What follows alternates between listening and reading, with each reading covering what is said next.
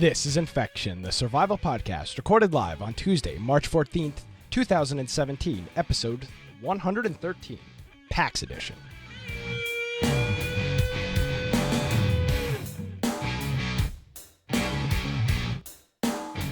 Hello, everyone, and welcome to Infection, the survival podcast. Infection is your source for the latest information on survival video games. We bring you the latest news, reviews, updates, and more each and every week. My name is Nick Craig. At Nicholas M. Craig is my Twitter. InfectionPodcast.com is the website. And I am alive and well post PAX East 2017. And so is this guy, Brian Aldridge. Hey, Brian. You're mostly well. Mostly well, yes. Yeah, a little cough. Hey guys, if you want to find me at Boise, Sorry. If you want to find me at Boise Computer on Twitter, or you're more than welcome to go to my blog, Bite of Tech, BITE of Tech.com. Also, make sure if you're not following us on Twitter, then make sure you go to Twitter and make sure that you're following us, because maybe you've listened to us for years. Maybe you're with us. And you're hanging out with us over the weekend even, and you never bothered to follow us on Twitter. So if you're not following us on Twitter, I encourage you to go on there, click follow. Also, we have our Steam group, we have our Discord channel, and hopefully, any of those people out there that are listening to our podcast and they've never bothered to go to those other things, please go there and join us, especially on Discord, because that's a great way. I think you'll be pleasantly surprised by our group of people that we have. And for instance, I don't know if we want to go into this right now. Like we went and had dinner. Yeah, sure. Well, we went to a whole convention with one of our listeners, and then we also went to dinner with another one of our listeners over in Boston, and that was great. Yes, they're normal people. It's surprising how on the internet you can run into normal people. Brian was normal, so that was. I was afraid Brian was going to show up, and it was a total like a catfish. Like it was going to be somebody completely different. Yeah. Yes, like those people are like, I could talk in front of a camera, kind of normal, but then in person, like I have some sort of a total recluse. I don't know. You show up and you're like a completely different person. Yeah. I was a little concerned. But yes. When I didn't show up till midnight. Yeah. So let's talk about this, Brian. You missed your flight because you're an idiot. There's really no other way to put it, right? That was pretty much what it was. But let's see. Sorry, I'm rearranging. Something happened. Dead monitor had to rearrange shots. But we're good. We're good now. So we met up with Infected Heisenberg. We went out to dinner at the Boston Burger Company. Not a sponsor of the show, but unbelievable hamburgers. Oh yes, best burger I've ever eaten, for sure, without a doubt. And I was thinking to myself, man, if they had this in Boise, it would be amazing, because the burger was like nothing I've ever had before. No. And we had the 420 burger. Yeah. And what else did it have on it? So it had fried macaroni and cheese, mozzarella sticks below the patty, and then mozzarella sticks, potato or wedges, potato wedges on it, some kind of a sauce, bacon, onion rings.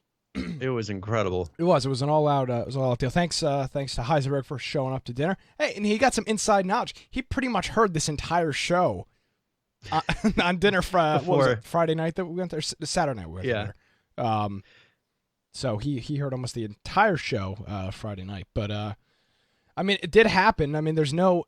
You can't. Here's the video, the picture proof. We didn't just we weren't some Norwegian scam where to steal all your money and disappear. Hey, I want you guys to send us to PAX. Oh, we just bought something. Yeah. So it did happen. We had a lot of fun. It was nice to finally hang out with Brian. It was nice to hang out with Lance. And we're definitely doing another event, either PAX East or something else, PAX West, PAX South, some other type of PAX event. Dr. Disrespect will be at PAX West.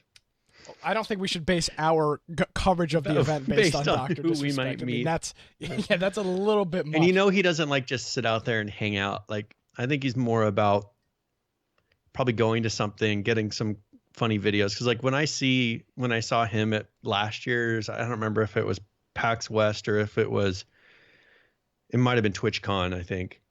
And he just had kind of a video of him awkwardly sitting behind at Arc Legger. Great. And just kind of glaring at him.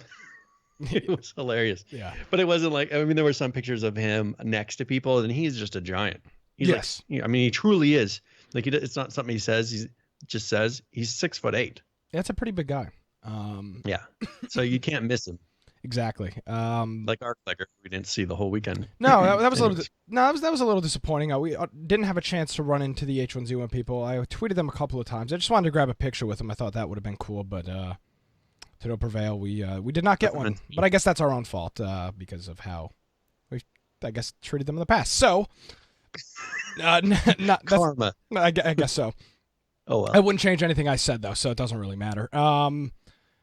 A quick kind of in-house PR note: if you love your infection podcast, like I do, head on over to our website. We have the special edition of Infection. Brian, this is our first special we've ever produced, like podcast wise. Really, it's kind of like this is really episode 114. This would be 114. But we don't want to screw up the numbers for that. But we do have our PAX East 2017 edition up. It's just as long as a regular podcast, an hour, 113 minutes. So just comparable to a normal show we do. It features myself, Brian, and then Lance talk about the show. Very casual, a lot of jokes. Rated R. Don't listen with your kids. But check that out, audio and video with that. You can get it on your podcast app. It was a lot of fun. It was probably one of the best shows we've done. It was a lot of fun to sit and And I always say this, feeding off other people's energy. It's very hard to feed off your energy remotely. Yeah, through a camera. Yeah, well, it's just... Plus, there's a little bit of a delay, too. I mean, body language is... And that was the thing. The conversation was able to flow so smoothly because there was no latency. So that was nice. Yeah, and I think that's something we really notice when we're doing an interview. I mean, between Nick and I, we've discussed this afterwards. It's really hard when we're interviewing someone else and we're both talking, yet there's only one of us on the screen. We can't see because we kind of use a little bit of body language when we're talking here. Yes. Of just kind of seeing when someone's going to talk or, whatever. We feed off of that a little bit. But in person, it's just, you just go with it. And it is easier, but I'm not moving to New York, so we have a little And bit I'm easier. sure as hell, no matter what Brian thinks, I'm not moving to Boise. Brian is the biggest Boise fanboy. My God! Well, we don't have that. We don't have that in Boise. We have this in Boise. Yeah, Boise this, Boise that. I don't care. Like the traffic, like the weather. I'm just like, man, in Boise it's like 60-something degrees right now. Brian in Boise, man, it'd take me 5 minutes to drive. Yeah, I know. That's 45 minutes. Brian might as well just be married. They heard it all weekend. Brian might as well just be married to the city and just whatever. He's in love with Boise, Idaho, for God knows whatever reason. Wonderful place. Don't move here. Yeah, exactly. So let's see. What else do we want to? We do have PAX coverage. So over the next 2 weeks, actually, pretty much this week and maybe another week, not next week, but the week after, we're gonna try to split our PAX coverage in half. So we're gonna try to do half or so PAX coverage and then half news and get to what we get to because we do have a lot of stuff to talk about. What else do you want to cover from PAX before we get started? Okay, so not covering anything that we've talked about that we will be talking about. What did you think of the numbers? Like, as far as, I don't have an exact set of numbers for how many people were there, but it was probably about 60 to 70,000 based on previous years. That's what they did before. I'm assuming it's pretty close to that. They sold out. I mean, yeah. So if it's at any kind of their previous peaks, it'd be 60 to 70,000 people. When we went there on Friday, it seemed like at first there wasn't a ton of people, but Saturday, on the other hand, just walking around, like you're constantly filing through and walking around people and taking, having to wait for a row of people to go, and then you take a couple steps forward. It was pretty insane. Yeah. I was impressed with the crowd size. I was impressed with the exhibitors that were there. I saw a lot. I was on the PAX East or the PAX subreddit, and there was a couple people saying that they didn't. This was one of their least favorite PAX East, and then of course on the flip side of that, other people saying it's the best PAX they've ever been to, and they've been to all of them. So. I guess overall, I think it was a pretty good event. There's a lot of cool games there. We had the opportunity to talk to a lot of cool people. Of course, Nintendo was there with the Switch, which is super cool if you're into that stuff. Bethesda had a huge freaking booth. Same thing with Sony and Microsoft and Xbox.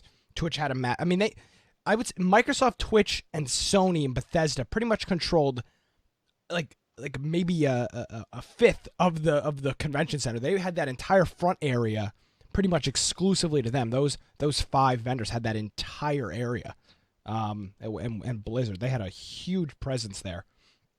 But other than that, I mean, people keep asking. And we me, didn't. Well, go ahead. People keep asking me, what was your favorite? What's like the best thing that happened? And there really wasn't anything that was like insane. Overall, it was a very good event. We went there to get coverage of a couple of games, mostly survival games, which we did. Yeah. But I wouldn't say, like, I don't know about you, but there was nothing earth shattering. Well, and we're not going out there like searching for people that we figure are like Twitch famous. Like I saw someone who's well known that if I said his name right now, you probably know. Nick knows who he is. Yes. I saw him standing there all by himself. Like he probably first came in there, was standing there just looking around by a sign, like nobody was talking to him. We could have gone up to him and talk. Going there, I don't get all excited of like, oh, we might be able to talk to. I mean, like player unknown, like I want to talk to people like that. Yes. But I'm not like a super fanboy of people where it's like, oh, here's a famous streamer. I mean, we saw some, I guess, famous streamers if there's famous streamers. I mean, like we were there, so we were there. So like, I don't go running around saying, oh, I ran into and got to talk to this person. Like if I saw Summit, I would have been like, let's not bother walking over there. I mean, we could go shake his hand or something, but I'm not going to follow him around the convention center. Yeah. So I mean, overall, and I'm not trying to downplay the event and like, oh, we didn't have a good time or whatever, because we did. We had a great time. It was an unbelievable experience. But I think that's some of those peaks that some people are like, oh, I met this person that I idolize, and then they go on Twitter and they're like, oh, this was the best PAX ever because they got to meet that person. We didn't really have that. Like we have certain people that we were glad that we were able to talk to them, but it's not like a rock star event. Yeah, to me. And the other thing that people need to keep in mind is that we weren't going there to see stuff that necessarily we thought were like, for example, I'm into more first person shooter stuff. There was some of that stuff around, but we didn't have a chance to go buy that because we were going there as media. I wasn't going there as just a regular person that's checking out the show floor. We were on a pretty tight schedule. So I would imagine we didn't want to wait in line for an hour to go do something. Like we were walking almost the whole time, just making sure we saw every booth, which we may still not have seen. I mean, we tried. We really didn't, because Saturday afternoon we walked by a booth and we're like, holy, how did we miss this booth? How are these guys there? So I mean, we didn't have time to sit there and wait in the huge lines to possibly do a meet and greet with a Twitch streamer. Well, no, but I'm not even talking about that. But like I'm saying there was lines. Yes, there were standing there. But I'm saying in the convention center, like it would have been cool to go check out the Nintendo Switch booth. But again, they had a crazy long line. It wouldn't, had no interest in staying in that. I know Microsoft somebody had some like Call of Duty 4 or Call of Duty World at War Nazi Zombies thing going on some computers. That would have been cool to stop by, but again, we didn't have time for that stuff, and I'm not complaining about that. But I'm just saying, I think that's why we didn't have what was the best thing, because we were there working. Not that it was, oh God, I had to work at PAX, but we were there and we had a goal of stuff to cover. Now, he brings up something. He says lines with press passes. That's the thing, is even with those, like the press passes don't get you to the front of, maybe if we pushed it, but like with the Nintendo Switch, I don't think it would have really helped us. Well, here's the thing. It would have helped us, but we would have had to record a video for the Nintendo Switch, which isn't and here's the thing. We don't want to take advantage of that stuff. We don't. Yeah. Brian doesn't care about that. I don't care about the Nintendo Switch for the use of infection. It's not, as of right now, there is nothing useful that the Switch can offer that is relevant to this show. We didn't go out of our way to manipulate, like, oh, we have a press badge, let's skip and just do something, when we weren't really going to use it for the show. We tried to keep it pretty zoned in to everything that we covered we could for most likely use on the show. Exactly. So, but again, I want to thank everybody who was able to or was kind enough to help us in the process of going. Our final amount was $552 for PAX East. That's what we raised, and that luckily covered our hotel stay. So seriously, no joking aside, thank you to everybody that threw us some money for this trip. We greatly appreciate it. We seriously did minimal money out of pocket, which was great. It made it very affordable. And if we can do something in the future that's similar, yes, that would be great, because it's tough when, if you go to this and it's $1,000+ per person each time, you just get to where it's like, doing this for every year or twice a year, that gets expensive. Yeah. And we're not making any money with this show, as we intended not to. So it would make it tough for all of us, especially somebody like Lance, who really isn't on the show to, drop $600-700 to come up here and pretty much just hang out with us. So, again, we really appreciate everybody that did that. And hopefully we'll be able to do something like that again next year, because the crowdfunding model seems to be very, very successful. So, and we might have to stretch it out over. Yeah, for sure. I mean, because there definitely was some things that we had to pay out of pocket. We'll talk about it in the after show a little bit. Yeah, for sure. Shoot some stuff around. All right. Well, we do have a couple of interviews that are already done.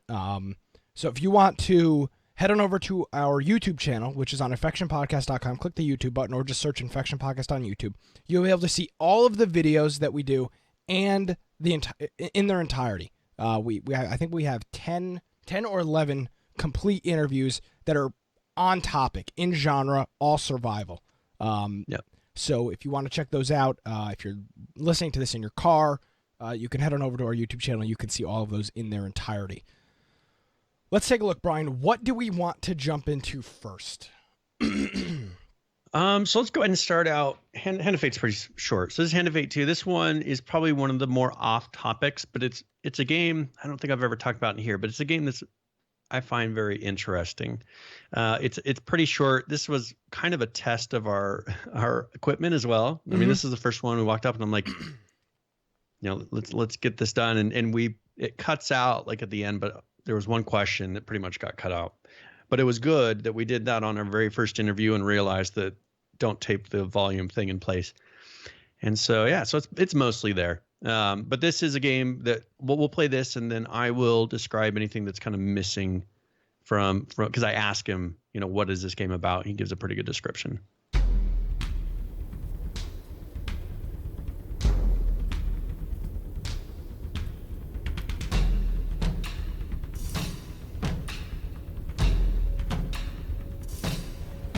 All right, this is Brian with Infection Podcast, and I'm here with Lee with Hand of Fate 2. Lee, how would you describe Hand of Fate to the person who's never played it before? So Hand of Fate is a one-part action RPG, one-part deck builder, one-part tabletop storytelling game. So you basically construct a deck of cards. Each one will have some fantastic equipment or a fantastic encounter on it. That gets folded into the dealer's deck. The dealer is your opponent. He lays those out on the table, and you move through those like a dungeon. Whenever you get into a fight, you fly into the cards, and you get into like third-person action RPG combat. So in the first one, you have a deck of cards that you kind of build by beating levels, right? It adds to the cards that are in the game. On this one, it seems like you've changed up a little bit of not so much of maybe a linear path. I see a map. So what have you added in this version of Hand of Fate? Yeah, we've changed our progression method. In the original game, you had 13 boss fights in a cabinet. Here we have a map with 22 challenges. Each challenge will have its own storytelling component to it. They'll also have a deck building objective. We wanted to be able to, with each session, have players experience a story with a start and a finish, but at the same time, get them to be exploring their deck and engaging in more strategic deck building. So with our challenge board, people will be able to go through they're tiered. They'll be able to progress through the story of Hand of Fate whilst still growing their skills as a deck builder. All right. So this game is pretty unique in that it is a deck building game. Just not that you go and say, oh, I have this card, I have this card, I have this card. It's actually to where you play and it just brings more cards into the overall deck that are played throughout the game. The cards are really like a map of they lay them out and you travel along each cards, or like a dungeon. And so you can take a right, go down one, take a card that's to the right, and it'll take you down that path of the dungeon. And they're all turned over, so you don't know what you're going to run into. And then when you go to a place like, let's say you have a fight, it actually goes to a melee combat, like 3D type of fight. And they throw in all these different kinds of fights. It's pretty unique game. So we don't have video of gameplay, but if you go on Steam, there's videos there for how it's played. And I'm not for this number 2 yet, but we do have, I don't know, we do have some press stuff that they gave us. So maybe at some point we can upload some of that and link it. But it's a really fun game, and it's one that works really well on the Steam box for streaming over Steam. So because it works really well with the controller, and it's not one that requires a really fast response time. So even if you have a little bit of delay in your streaming for the Steam box, it works perfectly. So that's one of those games I play on that. Yeah, we were actually talking about this. I think you were saying something about you and your wife's experience, and I think I was saying something about Felicia and I. It's really hard to try to find. Not that this game fits that, but it's not really a 2-player game, but yeah, co-op. And I guess I'd ask this question to our community. Send us a tweet at InfectionCast or email us contact@infectionpodcast.com. What are some good controller-based couch co-op games that are available on Steam? There is a void, I think. If you're an indie game developer and you're looking for kind of a void, for example, Broforce is a great example of a really cool couch co-op arcadey game that works great on something like the Steam Link. But there's not many of those games. Of course, you have like your racing games that work like that, like Sonic All-Star Racers, and a couple of other ones, but very limited. So if you're an indie dev, that may be a market to look into, because there's a lot of people. If something works really well on the Steam Link, it most likely will work very well on console too. So that's kind of the downside of making games for PC and then converting them over, is usually the console is not, or the controller is not the first thing they keep in mind. Yeah. We did one interview where we were talking with somebody, and it'll be one that we didn't do a live recording, but we talked to him, and if we go into it in the future, it'll probably be us talking to him. I mean, we could say who it was. We interviewed. You want to say who it was? Yeah, actually, well, I have to find his card. It was the Culling. We had an interview with the. No, this is a different one. I'm talking about the guy with the space game. Where I asked him about the controller. Oh, gotcha. Yeah, and I asked him, was this kept, was the controller I asked him what his preferred method of playing the game is, because usually when a PC game is put on PC first, it's keyboard mouse. He said, prefer a controller experience. And I told him, I was like, that's perfect you can easily convert it over to Xbox and PlayStation with this. When most games, it's an afterthought, and you go and play Xbox, you go play one of these other things, and it's just so clunky. Like we had brought up, that's how Arc is. It's very clunky with the controller. Yeah. Minecraft is kind of the same way on consoles. Yep. It works if you don't have a computer, but it's definitely not an ideal experience. And then we did have a chance to talk with the Culling about some things they're working on in the future, and we'll have that interview probably next week for you, because that we don't have that one edited together yet. But this does seem to be the move. I believe 7 Days to Die, I mean, they will be coming to console as well. Telltale is publishing the game to consoles. So, that seems to be the move. H1Z1, I would imagine, is eventually, they've said multiple times that game will be coming to consoles. This is where things get interesting, right? You've got this keyboard, you've got hundreds of keys with macros and everything that you have access to. Yeah. How do you bring that down to a controller? Now I saw somebody playing with 7 Days to Die. I was watching it on Twitch and with a controller, and I was just amazed. Like, it's not an easy task. It's not easy to play with a mouse and keyboard with the 7 Days to Die. The inventory system is so confusing and complicated. And this guy was clicking all over the place and doing everything. I was like, man, that's crazy. I mean, I'll lose patience with that. And I'm no pro at 7 Days to Die, but even playing it on the PC, you're trying to click back and forth. So that's the thing, is if you can make it with that controller in mind, first simplify your interface as much as possible, then it makes going to the Steam Link easy, because that's the hardest thing we find. The hardest is finding a good game on the Steam Link. Now, what's that one where they were doing all the tournaments for the driving? Where in the stadiums, they play pretty much soccer with your cars. Rocket League. Yes. So Rocket League works very well over the Steam Link, other than if there's any delay with that game. There's no delay if you have Ethernet. It's yeah. So with Ethernet, but if you're doing it over Wi-Fi, like any delay in that game really causes a problem. And the Steam Link is not recommended to run over Wi-Fi. It's got it built in, but it's definitely not recommended. Because you'll get a little bit of lag here and there, and in Rocket you just get League, pauses. It's not lag. You just get pauses, straight up pauses in it. I've played Rocket League multiple times on the Steam Link with the gigabit Ethernet actually with the 10100, a 10100 switch, so a 10 megabit connection, and no problems, no stutters, no hiccups. It plays. Well, and I bought a Switch, not a Nintendo Switch. I bought an actual computer Switch, and to run a cable over there. So I'll have to try it out once I get that run. I think that'll be a lot better. It is for sure. So because even on AC, or I don't even know, it's not really AC, but even the top of whatever connection, it's right next to the router with Wi-Fi. It still does the pauses. Yeah, of course.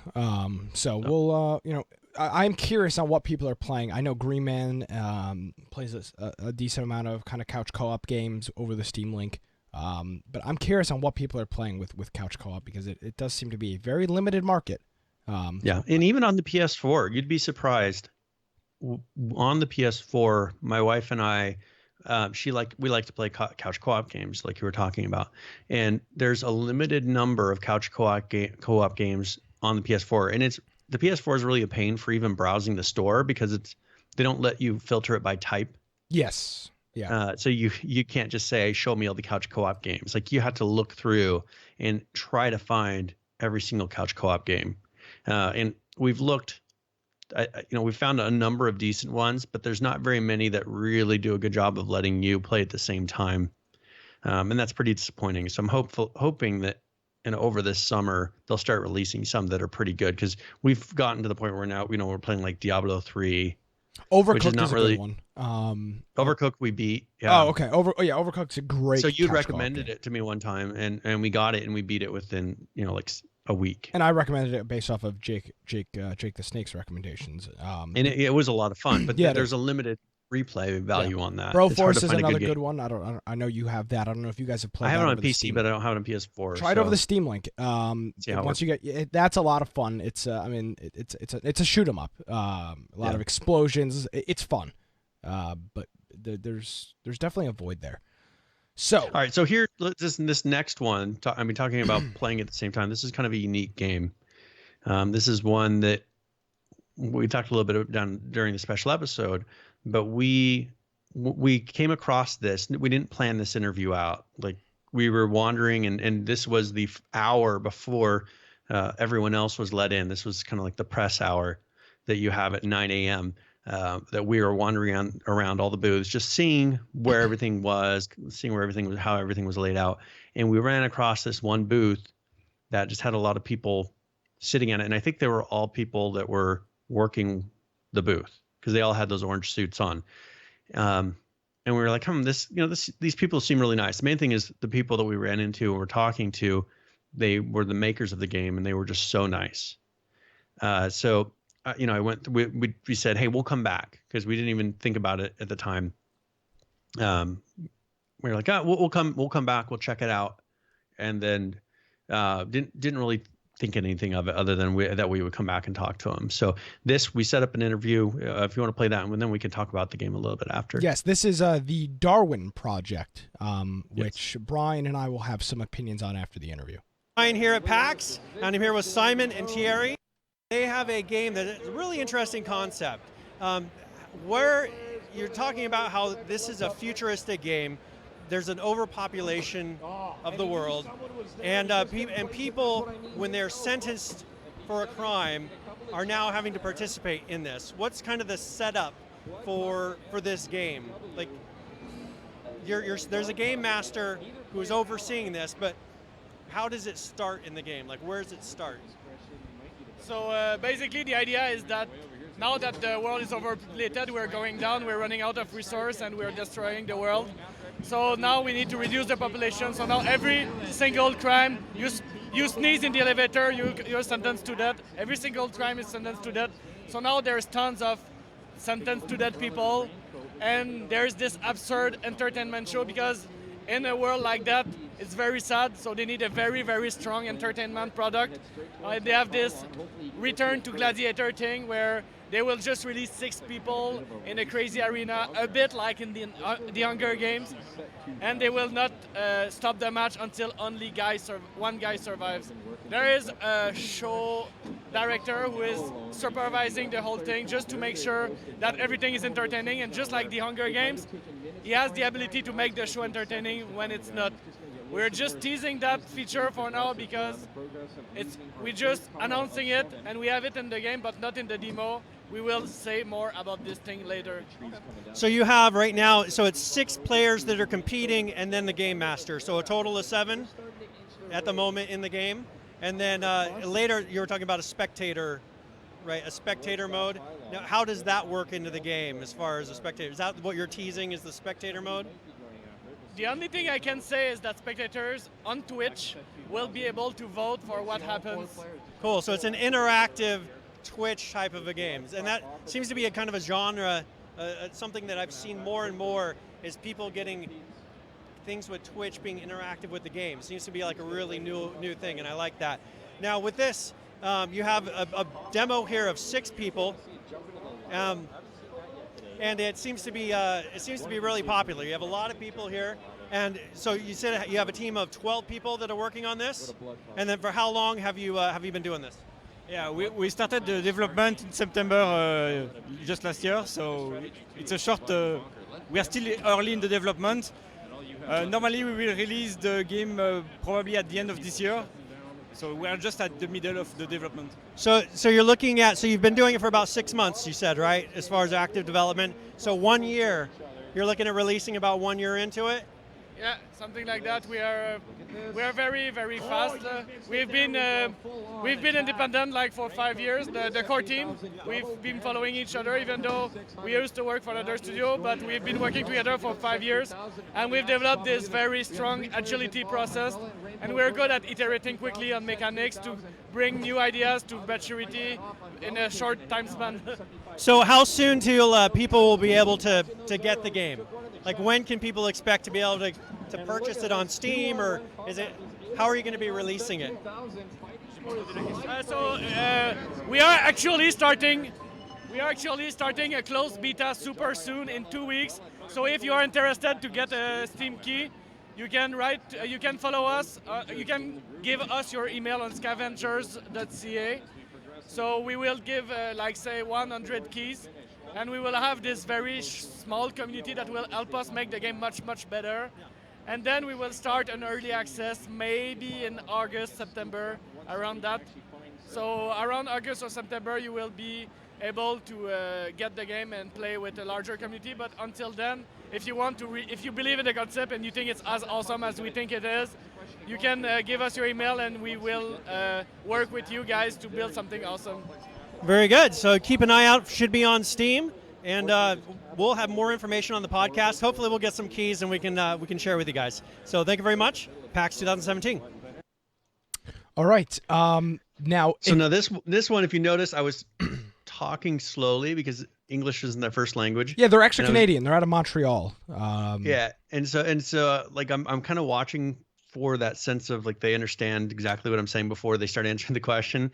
And so that's why there's a little bit of a delay, because I wanted to, and it was so loud. I mean, that's part of the thing that you don't hear, that the mic really covered up. Like the one guy, he couldn't hear my question because our mic, the way that we had it tuned, was there was a speaker directly behind them, a big that PA was just speaker, blaring, like one that you would use at like in a bingo hall or something, a very large speaker. So it may sound a little weird when you're listening to the interview, but that's because at the moment when we're talking, it's just it's blaring in our ear, and then I'm hoping that they understand me, and they're not trying to like read my lips or something. But yeah, I'm really excited for that one. It looks like a really unique game. One thing, they were so happy to talk with us, and I think that was something that we really appreciated, because over the week over the weekend, you start to realize that there's a lot of companies that this is just something they have to do. It's like, you're a number. All right, you have 15 minutes. You got the interview, then you're done. We got the next one coming on. Yeah. And with these guys, I didn't sense that at all. They were very appreciative. They actually sent a message out on Twitter that we were their first, like, we broke the game for them. Like, we were the first people. We were the first people that included. We were the first people to show B-roll, which was that video of you playing the game. In our video. It's not been publicly shown up and before that, so that's pretty exciting that you can actually see a little bit of the gameplay. They were enthused to talk to us. We've got their contact information, and hopefully we will be in contact. Now, this would be a them. good fun game to do on the Friday night game nights, because they were kind of being a little bit tight-lipped about certain things, but I'll go into a little bit of my speculation of where I think this game goes or how it fits. Okay. And I think when you were stepped away for a minute to get something, I was talking a little bit about this before the show. I think that this is going to be a game that is very tailored for Twitch streamers. I think that it's going to be one where Twitch streamers will be able to pull in viewers to play and compete in these games. It's not required, but I think that this game fits perfectly in that type of a thing, to where they can go through and let's say like C's is playing a game. He can say, all right, I'm going to bring in 5 or 6 people, subscribers to play, and he can pull them from there. It'll bring him into the game. He'll kind of manage the games. He likes to do that anyways, kind of control the game, put in what things are going to happen, what events are going to happen that affect the game, where the zones are going, and then and kind of run a game through the night, just bringing in Twitch people but that's not required. Like, you could just have a multiplayer game where one of the people there for that one time, they're a game master, and then it'll rotate through who's the game master each time. Still is able to be played without that, but I think let's do some speculation on that new Twitch client, right? They have the Twitch downloader that Twitch has been providing for all these Prime things, where they're giving away free games. This would be the perfect one that these guys could provide even outside of Steam, directly through the Twitch downloader. It connects with Twitch, and can use that application to be able to launch and connect the games pretty easily. I mean, do you see that as like the future? Or is that like Twitch's long range goal, or do you think it's something different? Well, I mean, I think Twitch is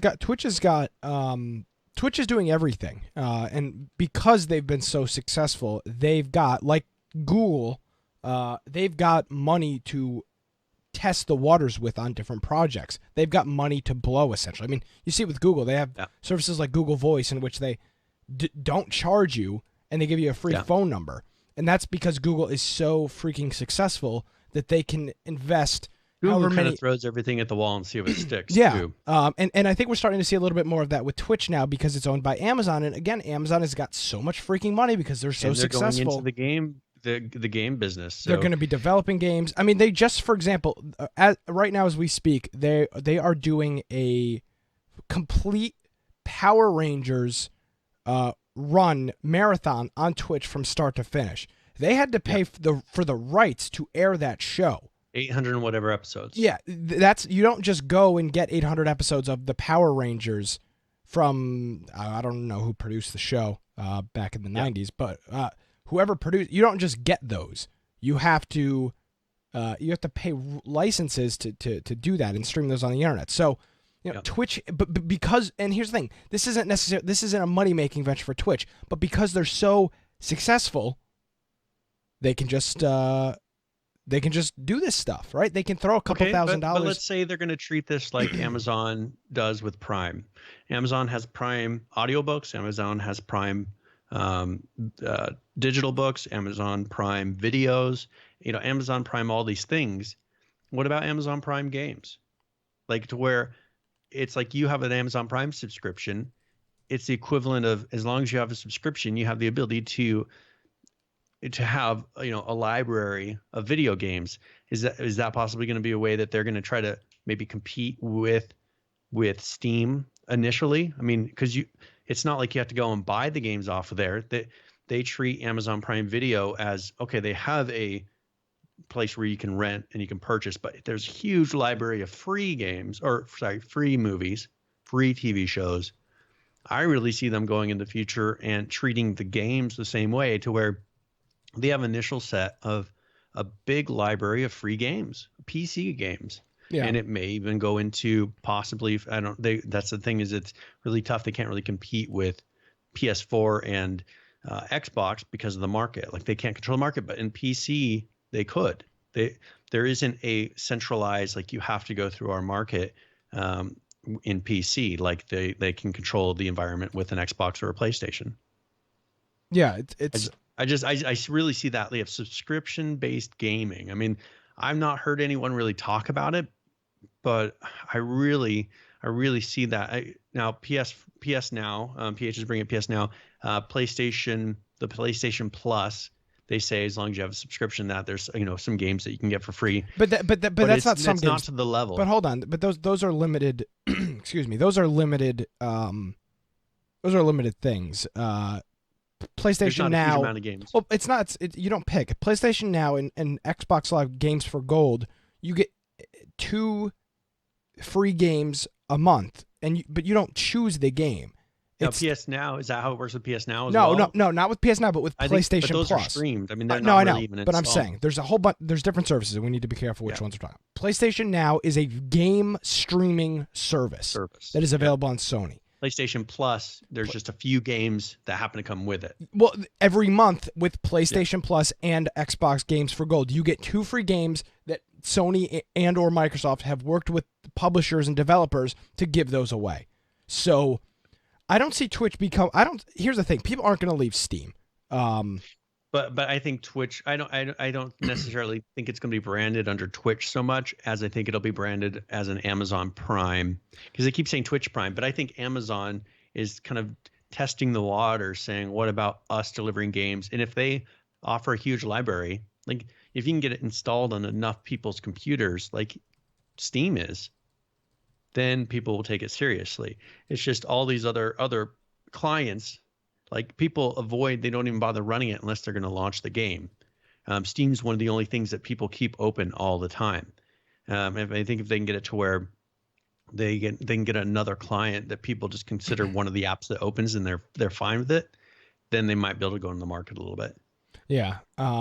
So I don't know. That's just purely speculation. Yeah, I don't know. I mean, Twitch is working on a new program to which you can buy games through streamers, and you'll be able, and there'll be some type of kickback. But do you really think it's gonna? And I don't think that'll be on Steam. But I think it should be, because I mean, we've seen what happens with. But hold on. Prime thing, I know the whole Twitch Prime thing, but we see what happens with you playing with Origin. People don't want to use the service, so they don't buy the games.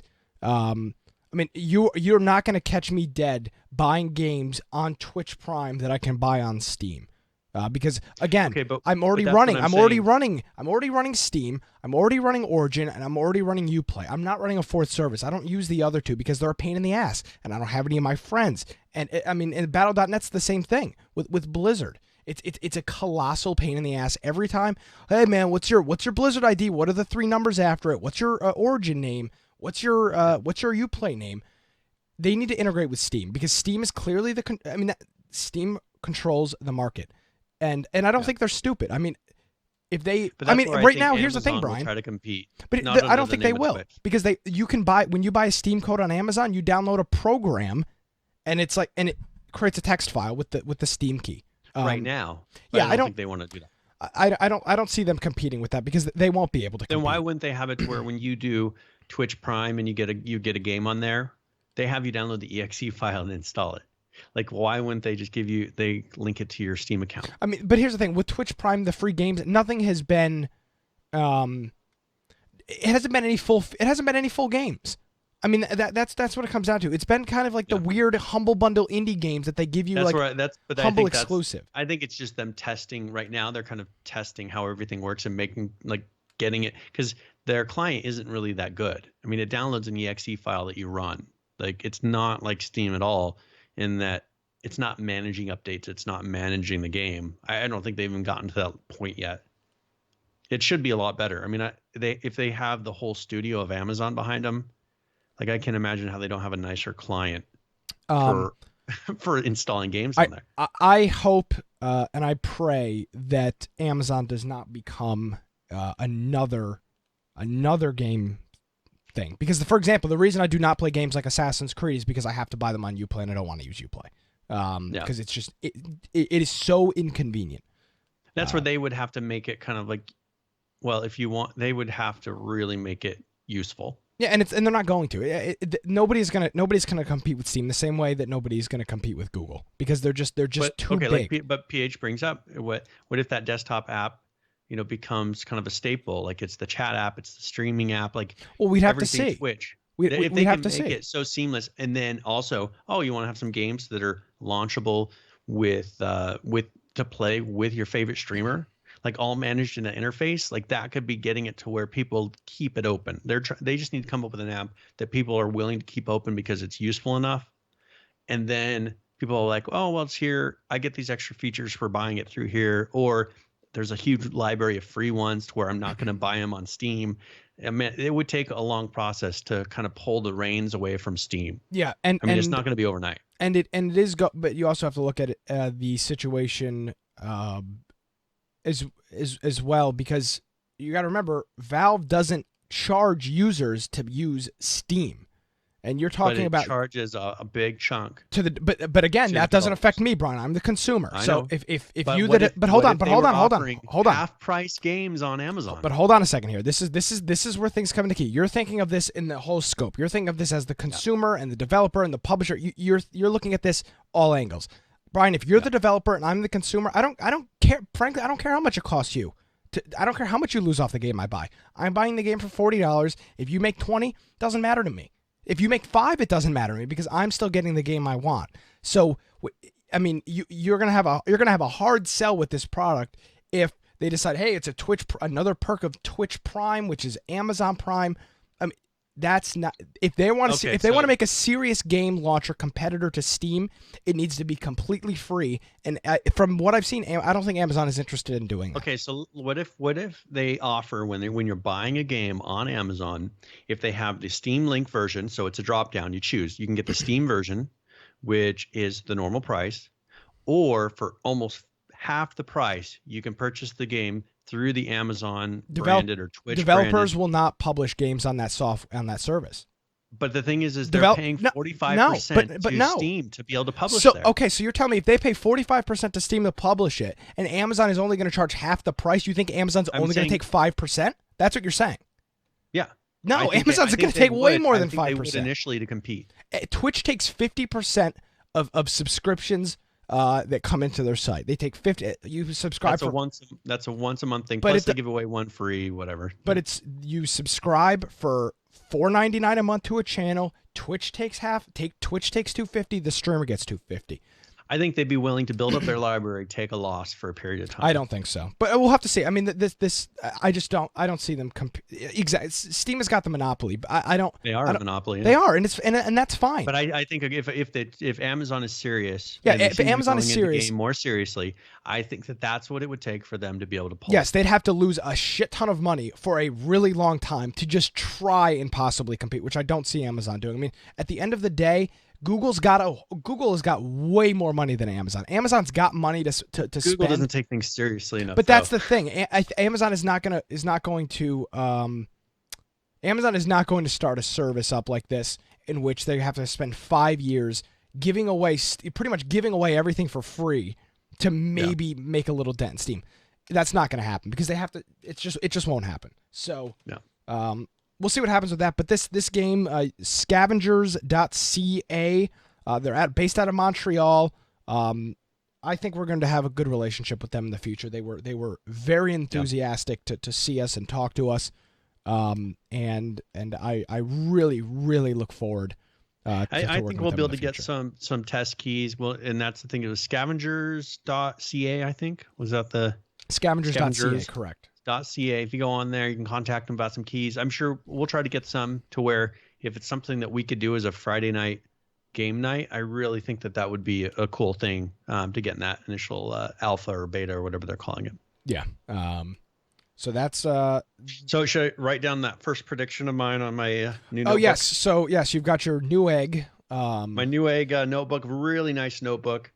So this is pretty much my prediction book, so I can write down, and I'm not reusing the erasable ink, Nick. So yeah, I can't change my predictions. All right, yeah, write it down in the book. I think that because I personally I think that just I've dealt with Amazon.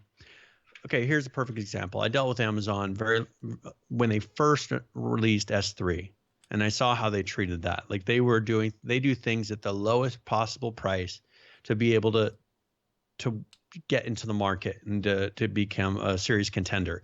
And if you look at what they've done with S3 in the last week, Amazon S3 had an issue. Yep. And it took down a huge chunk of the internet. And this was just an issue with the Northeast servers. Yeah, knocked out my college's, our entire intranet runs on S3, and it knocked all of those services out. And if you look at how they got into that market, it was because they offered such a good price that they weren't really making a huge amount from, like they weren't doing what most of the providers that were offering anything even close to it. They were giving the best price they possibly could to not lose money, and they've taken over that whole business. Like they are now the main contenders when they came out of the middle of nowhere with it. Yeah. Oh, looks like I really think I don't know, Brian, we're losing you. I don't know if you want to just give me a call back. But the audio seems to be getting a little jittery. So Scavengers looks to be a pretty freaking awesome game. The nice thing about that is that it's only been in development 6 months, and for example the spectate mode of the game was phenomenal. That's what you were able to see that on I think on the video I showed. They've got a really cool spectate mode. They've got a lot of really great things for a game that has only been in development for 6 months. So with all of that being said, I really am looking forward to this game. I think they're working on a lot of cool stuff. And we're going to continue to follow it. We'll see if we can't get any information, more information, maybe get somebody on the show in the coming weeks. That would be really cool. All right, we're already 52 minutes in, and we still have 2 games to cover, so let's run through these quick. Let's just do one more for right now, Brian, and then we'll try to do everything else in the next 2 or 3 weeks. Okay. Battlegrounds. I had the opportunity to interview the player unknown, and we actually, again, we're kind of a big deal. What can I say? We got another exclusive, another, I guess, first, him talking about a new feature of the game first. So we'll roll into that interview with the player unknown. And then we'll talk about that. We are here at PAX East 2017 with the infamous Player Unknown. Let's talk a little bit about Battlegrounds. This game, the new release that's out now, everybody seems to be loving it, and we're really tough on games, and there's not a whole lot to say that's super negative about the game. What's the community's response so far? Community have been really good. I mean, we have a pretty solid base now to work on, and their feedback on our forums have been great. They've been giving us really good suggestions and bug reports and helping us make a better game. So let's go into some more specific details about the game. You just did your duo test last weekend. What did you learn about, what kind of information did you collect from the duo test, and what did you learn from it? Mainly for these tests, we're trying to improve our server performance, and having large numbers of people to do that on a weekend basis is good for us. So we have, every week, at the moment we're not focusing on adding new features. Now we're focusing on really optimizing the game, both the server performance and also optimizing client side as well. So these tests, duos, and even just a solo test, they're just helping us improve the server performance. We will get feedback on duos as it goes on. It's super fun at the moment. People love duos. It adds a new level of tactical play to the game. But overall, it's more about performance. That's what we're focusing at the moment. I guess the only main issue that I saw online with duos is the coordination between you and your teammate both trying to parachute at the same time. What's kind of the plan that you guys are working on to try to make it so that the teammates land together and it's not such a pain to coordinate with them? That's up to the teammate. You know, it's like I don't want to put in a system where, you know, we eject you both at the same time. It's like you better be communicating with your teammate or else you're going to end up half the map away, you know? Yeah. And that's the idea, that it's meant to be tough. It's not meant to be just an easy game. It's like... Well, and that's the thing I like, is that there's some other games that are more arcadey, and this is hardcore. This is back to DayZ. This is what's really tough, and it's not easy. Even though you have a map and a directions and compass, it doesn't make the game any easier. No, this is our point all along, that I wanted to make a tough battle royale. You know, it takes a little bit of time to learn about the attachments and the different weapons and where to go for better loot. But at the end of the day, I wanted to make a tough game. We are forgiving in certain elements of the game, like the parachute opening by itself and stuff like that. But that again will be improved on. And I do believe the harder the game is, the more I enjoy it. And you know, I said like last week, we want to make hardcore great again. You know, it's like first-person servers. We want to have first-person servers that literally just no crosshair and first-person only. But you know, it's more intense to play it that way. It's not going to be for everyone, but you know, we want to bring that hardcore gaming back into Battle Royale. Now, I saw something about custom game modes. Can you speak to what's going on with that? So at the moment we have a partner system where we get like some of the better community members and streamers and stuff that love Battle Royale, and we'll give them custom game modes. So they'll be able to spin up their own server, invite people from their Twitch channel, and create their own version of Battle Royale. What I want ultimately to do is, with those game modes, that you'll be able to you know, upload them to the Steam Workshop, save them and upload them so other people can play your version of Battle Royale. Yeah. And they'll have a lot of control over the types of weapons involved, the length of the round, team sizes, everything they want really to put into the game. And that's cool stuff, because that brings me back to like Halo 3 with the custom games and going through the workshop and finding stuff like that. That's really cool. What would you say to people that maybe played early versions of the game when it was a little iffy? What would you say to them now to bring them back into the game? Look, we're constantly focused on performance, you know, like the amount the game has improved since alpha to beta, like you can see it just looks like a different game. The performance we're still working on, but up until now it's been focused on features and adding new systems into the game. But now we're into beta, and it'll be like early access beta, so we'll spend 80% of our time optimizing and performance for client and making sure that even low-end systems can run the game relatively well. And then now, one more question for you. What's the plan with consoles? Is this something that could this game possibly come to consoles in the future? So once we get the PC version relatively finished and stable, we'll move on to launch it for console. Awesome. We're looking into it already. You know, it's what we want to do. So awesome. I appreciate your time. Thank you so much. It was a pleasure. You too. All right, and the bit of news in there that was the, I guess the first time that Matthew, who is PlayerUnknown, talked about is first-person servers. Yes. And I guess that's a first, according to Sammy, who is the kind of the community manager for Battlegrounds. So Poopy Queen. yes, as you may know her on Twitch and Twitter. So that was a good interview. It was nice to finally meet him, the PlayerUnknown. And one thing, they're not giving away any more beta keys. Is that well? When did you get that information? I saw her post that on. She said they're Today? not giving away. Huh? Yeah. Oh, okay. So it's for a while. I would say about a week ago they ran out of keys that they could give away. They got some more. They gave some away at the show, they said that but it's over. They're no longer giving away any more. Okay, which makes sense. I mean, they're only doing, I think, 2 more tests, and then it's going to be over with. They did do pre-orders actually for Battlegrounds this week, but we'll get into, sold out. Yeah, sold out. We'll get into that a little bit later on in the show when we get to our Battlegrounds section if we have time. But that was a really cool experience to finally meet PlayerUnknown and he was very nice. I mean, that's one thing that we commented on, is he was very natural to talk to. It wasn't like he wasn't like, you know, who are these guys? We just went up and talked to him, and it was kind of similar to in a way the relationship that we have you know, when we talk about Conan or yes. with Jens.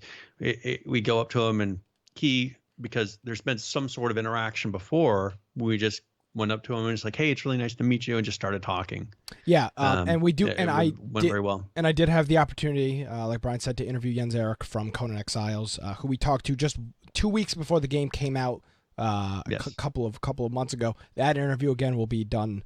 Will be done for next week. Let's move on from PAX now. We're an hour into the show. We've got some videos we'll try to split in next week, but we do have a pretty big announcement for next week, Brian. Yes. Coming on the show live next week will be Nelson. So it'll be on the 21st? Yes, he is the creator of Unturned. Which will be our game of the week this Friday as well. Yes, so Friday night, 9 p.m. Eastern in our Twitch channel, in our Discord channel, we will be playing Unturned. Nelson will be on the show this week, so we recommend you get in the game, figure out what you like, figure out what you don't like, and send us your questions, and we'll have an interview with Nelson next week. Talk about him. He said when he started developing this game, he was much younger. I think he was like 16 or 17 when he started the development of this game. What I heard, yeah. And he's doing it by himself. He's a one-man show. I'm sure Brian's going to want to talk some more technical aspects with him, with the engine and stuff like that. So we'll have all of that next week with Nelson from Unturned. So hopefully you tune in next Tuesday. That will be the 21st, 7 p.m. Eastern time on our Twitch channel, twitch.tv/Infection Podcast. I hope you join us for that. Yeah. All right, Brian. Now let's go. Do you want to quickly do our first game giveaway? Yes. Let me pull up the. So you ask me if I want to do it, and you're not ready. Well, you're clicking things and closing, we'll be there. Yeah. So make sure you tune in for that, and definitely get us your questions. If you have something specifically that you want to ask Nelson, reach out to us either on Twitter @InfectionCast or an email, contact@infectionpodcast.com. If it's a little more of a longer format question, we'll be sure to ask Nelson those on the show next week. Are you all set, sir? Yes, I am all set now. So that's what I get for closing windows before I start the show. That's exactly what you get. So this one's going to be Beat Hazard Ultra. This is a game that actually has very good ratings on Steam. If you, I'll give a link to it so people can go check it out. And I think you can use your own music library on this. So it has music that you can play, and it's kind of a music-based game. So the game actually changes based on the song that you're playing. So if you're playing a song and it has a beat to it, like that will affect how the game looks and how the effects happen with the enemies and just everything. So it's a very unique game. It's got very positive ratings. It's pretty cool. So it also has music in there. So let's say you don't have a music library. It's got an hour and a half of music included with it, but you can use your own music as well. So that's Beat Hazard Ultra, and we will go ahead and if you want to just put ! giveaway in chat, you'll be entered for that. But it's an action indie casual music game. Yes, just right up our alley. Survival. Yes. Survive the survive the music. Let's see. I got to get my lower thirds. A light week with Ark, Brian. What's going on? I don't know. I don't know exactly. I mean, are the glory days over, Brian? Okay, so here's my guesstimate, because I think we discussed this a little bit. Maybe it was just us talking over the weekend, but I think that they are winding down for release. I think they're getting to the point. I think they're getting to the point of we're getting to bug fix mode. Like we're going to add a few more major things, and most of that it kind of is around the whole tech tier, water, just finishing up the tech tier stuff. But I think that they're getting really close to what they consider release of the base product. I think that after this, then they're going to be going to where new content is going to be constantly being added by the mod system, which we'll go into here just a little bit after this. But so if you look at this 255.4, this was March 8th, and the only thing on it was fix several spoiling time exploits. So as the amount of time for something to spoil and to go bad, people were somehow exploiting that, and that is the only fix for March 8th. And then March 10th, They did 2 fixes. They fixed issue with turret targeting, and they fixed issue with plant turret debuff. So that is all. That's all. This is one of the shortest. And it's not like there's anything else major going on at the moment, right? That they're really the next patch is going to be at the end of the month. So on the 29th is 256. Now they're having 4 new dinos come in on that one. If you look, I think there's only 8 more dinosaurs after this patch. Yep. So after this patch, there's 8 dinos left because they had that huge list of not even dinosaurs, but creatures, dinosaurs, whatever, that they were looking at that they had in the backlog. They have 8 more. So maybe there will be 2 major patches after this, 4 more dinosaurs per patch. And that could be possibly when they announce they're actually launching out of alpha. I mean, do you think? I mean, that seems to be kind of the direction. Yeah, I mean, we've talked about this for the past couple of weeks. So I don't want to get into this whole argument again, or not argument, this whole conversation again. Release versus not release. But there's definitely something. Signs that something is coming up, and we'll just have to see. We'll have to see what those are. I put a link in the show notes because we had discussed last week the ARC sponsored mods program. Yes. And there's a video that kind of shows clips from each of those mods. Is there audio to show along with this? Well, it's not really anything that it'd be really bad for our podcast so then, people. Why don't you go ahead and talk over it? Yeah, we can do that. All right, so here we go, and what we're looking at is Arc Moon Survival right now. Remember when we said that they don't have space? I said that last week. They have everything everything south of spaceships. And now I said, well, where are they going to go next? And I think I said the moon. The moon. Looks there like you go. No Man's Sky. Yeah. So this is a mod that's going to be directed towards space. Yep. So that you can actually have set up bases on the moon. This looks great. Yeah, I mean, this is a very unique game style. I mean, this is something that's nothing like. I mean, there will be similarities, right? Yep. And they have another one that's kind of a steampunk style. Yep. And so this one is you can have steam equipment and steam outfits, steampunk outfits, and air balloons and air balloon that's running off of steam. And so this is just that feel. They have a castles, keeps, and architecture. So it's everything done in a medieval style, which is really cool. Here's your mess hall. Yep. Next one here is something console pad. I couldn't even read that. It was so quick. But this one, I think, is more of just a feel. And they show some of their things for managing this, like where you can spawn things in, some of the new menu system, which is still, they need to really work on that. Yeah, the menus for this are the whole UI is still pretty rough. This is the ACM, the advanced command menu. So you can like spawn in or teleport yourself somewhere on the map. You spawn things in. Tracking, you can trap. I think you can track things on the map and People teleports.